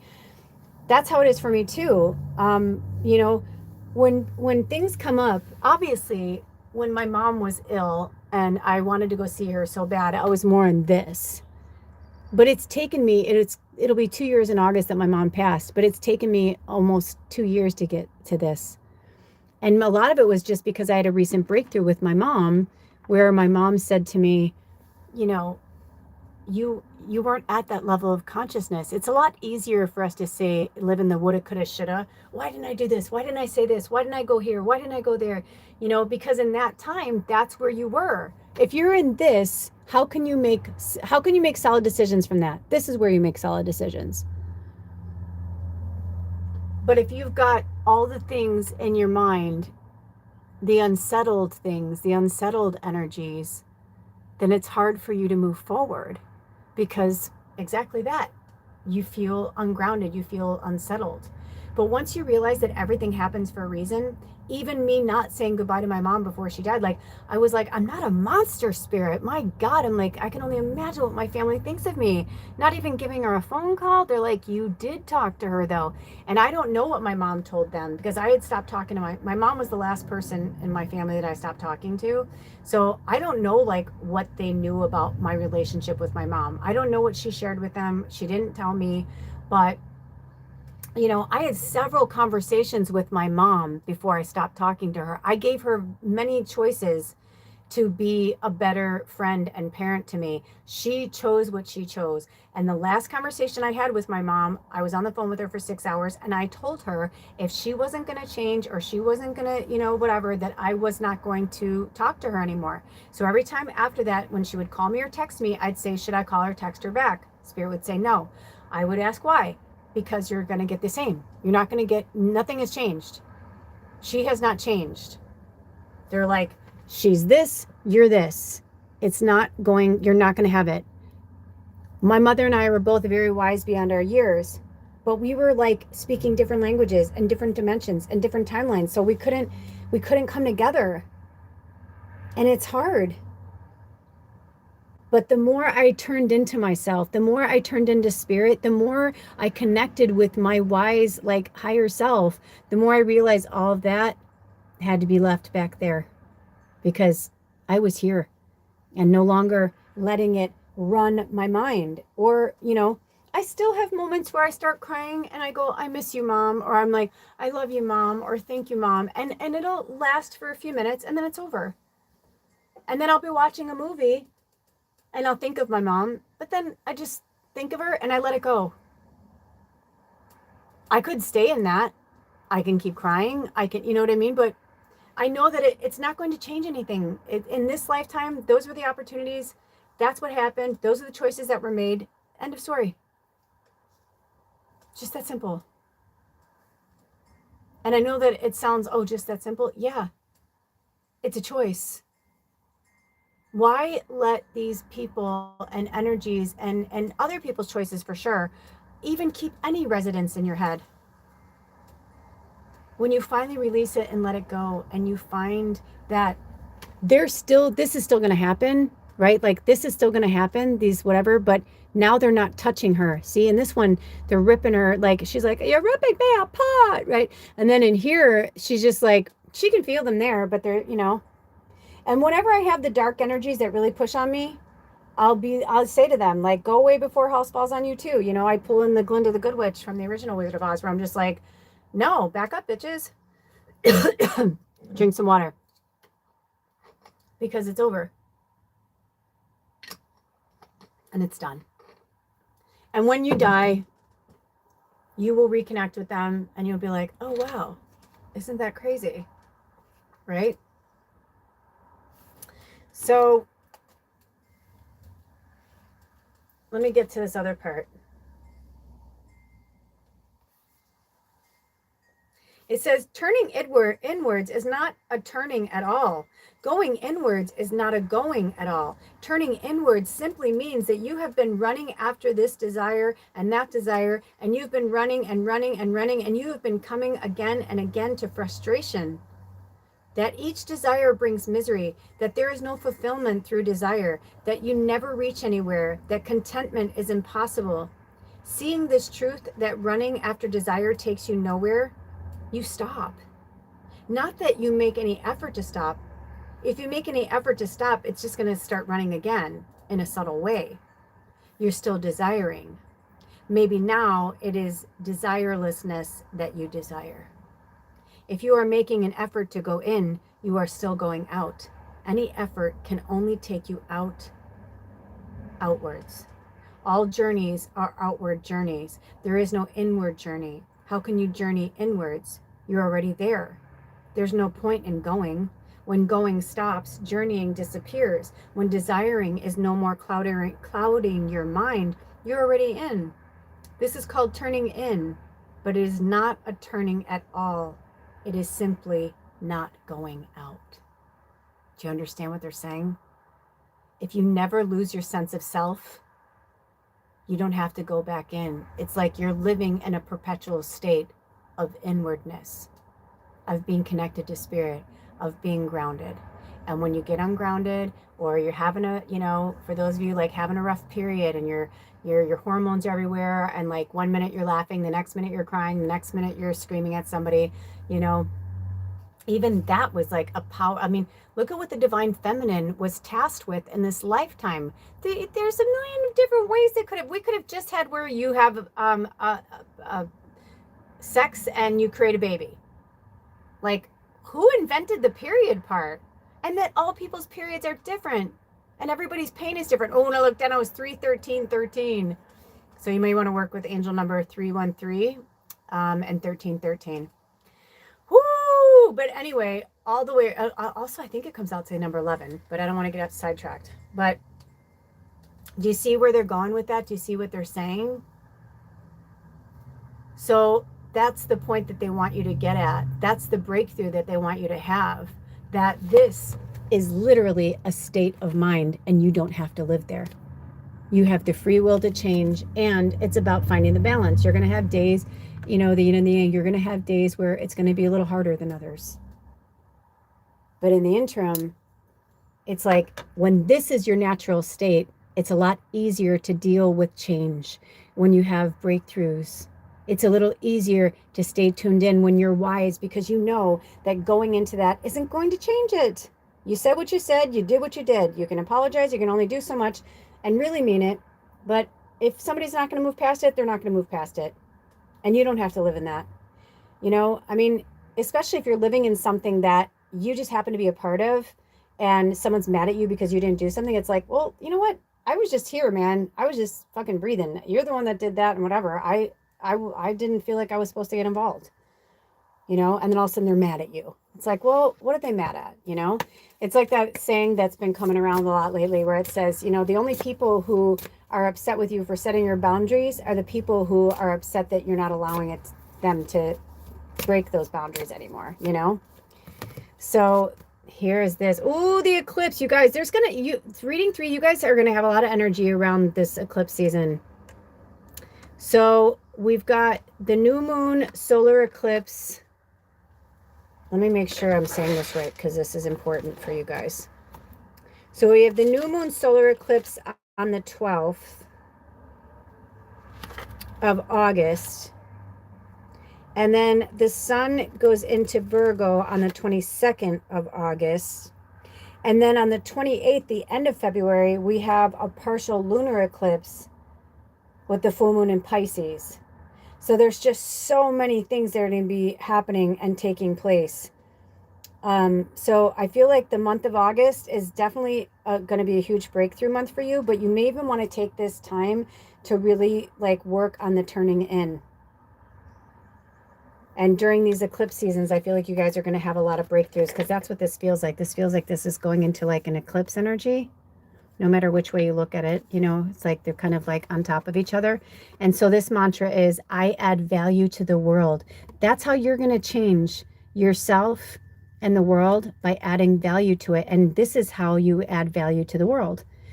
Because if you found yourself here, you are a light worker of some kind, and most likely an earth angel as well. My eyes just went to this little angel with the amethyst. So we need you now more than ever. Get out of the monkey mind. This is the time we're like, breakthrough. I love that this rainbow calcite looks like a heart.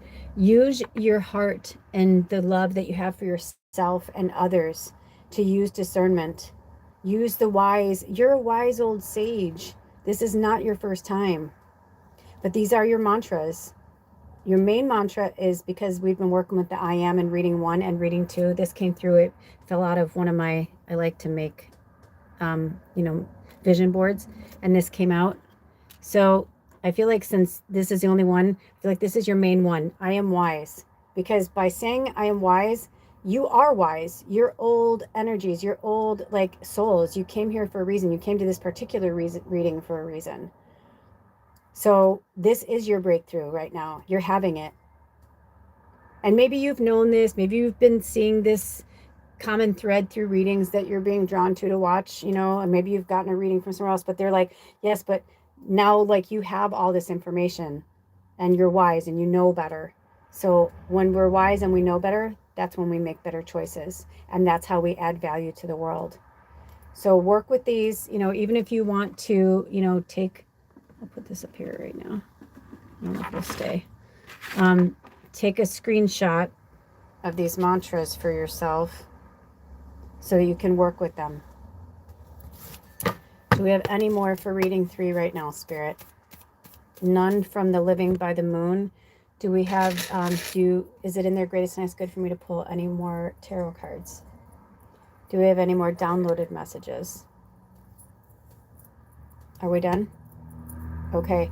All right, reading 3. These are your messages. These are the messages that you really needed to hear right now. So I pray that they help you, especially because I feel like, whenever you watch this, they're always timeless, but we're in it. We're in it right now. This is a huge month for us. There's so many things happening, so many turnovers and changes and big astrological and universal events with the angel realm, with our divine creator and and everything in between, especially the angels. So this is the time, this is the hour. We have the strength and we have the power, and we are wise beyond our years, and we do add value to the world as long as we release what doesn't serve us anymore, and we are open, our hearts, our minds, and our souls are open to the present and the future. All right, you guys. We'll see you next time. And if you would like to contribute in any way for this reading today, if it's in your wheelhouse to do so, I'm really working hard right now to save up to buy a tent. My home is no longer livable. I have got to move out. So I am going to buy this really cool cabin tent, and I'm very excited about it. I went through with Spirit and shopped and everything and found this really great big, it's like a little studio apartment I can move around, but no longer on wheels. Those of you who've been with me a long time, I've been on homes on wheels for like a decade, and now I am going to more of a home that's going to be on the earth and getting grounded, and it feels so good. I'm excited, but I'm saving money for it right now, and I really could use your help if it's in your wheelhouse to do so. I have an Amazon link below, or an Amazon link in the description box, and you can go there and buy an Amazon gift card. I have them from $10 to $150, and it's all there. But you have to use my link. so that it can go through, because it's got my address, my name, and all that stuff. It's linked to it. So you go to the link that I have in my description box for the Amazon wish list. You click on the wish list, you'll see the Amazon gift cards. You make your purchase and it'll get to me. And thank you so, so much. I really appreciate it. And it'll help me. I need a lot of things for my new home. I need a lot of things that I won't be able to take with me from this place. So I am in gratitude. And if that is not in your wheelhouse, prayer is free. So just thank you for your prayers of sending the people and the money and the energy that I need to be able to purchase the things that I need to move me forward into my highest timeline. And I am in deep gratitude for it. So thank you. And every time you donate, say a prayer, or do anything for me like that, I light a candle for you, sometimes in person, sometimes in my mind, and I send a beautiful abundance prayer back to you. And yeah, so it's always, and even though it is for the exchange of energy, I still send you a blessing as well, an abundance blessing for what you bring to me, because whatever you put out into the universe always comes back to you tenfold, 100-fold, a millionfold, depending on what the universe feels like you should be rewarded, or sometimes when karma comes through, and it's the opposite. But either way, it's always a gift. Everything that we go through is a gift. I'll see you next time. All of my information's in the description box if you'd like to work with me one-on-one. That's another way too to contribute. I work on a sliding scale. I do many different things. Look in the description box for what I do, and you can email me, magickalmedium@gmail.com. Just highlight my email, put it into your email browser, and send me an email, and we can set up a session to do. Maybe you need more of an in-depth reading one-on-one than what I'm providing on this channel right now. Either way, thank you in advance for all that you are doing and have done for me in any way, shape, or form in this life and beyond. I love you. You are blessed. I am blessed. And thank you to all of our guides and to Spirit and all of the energies and entities that were here with us today. I'm closing this container for reading 3, reading 2, and reading 1 with grace and gratitude. We are so happy and grateful that you are in our lives and that you bring us so much love, joy, protection, abundance, healing energy, whatever's in our greatest and highest good. We claim it, and so it is. And if you would like to, I put out some healing energy into this reading, and all you have to do is I claim this healing energy for myself, and it shall work through you as well. All right, you guys, until next time, take good care of yourselves and each other. Blessed be. Oh, love you.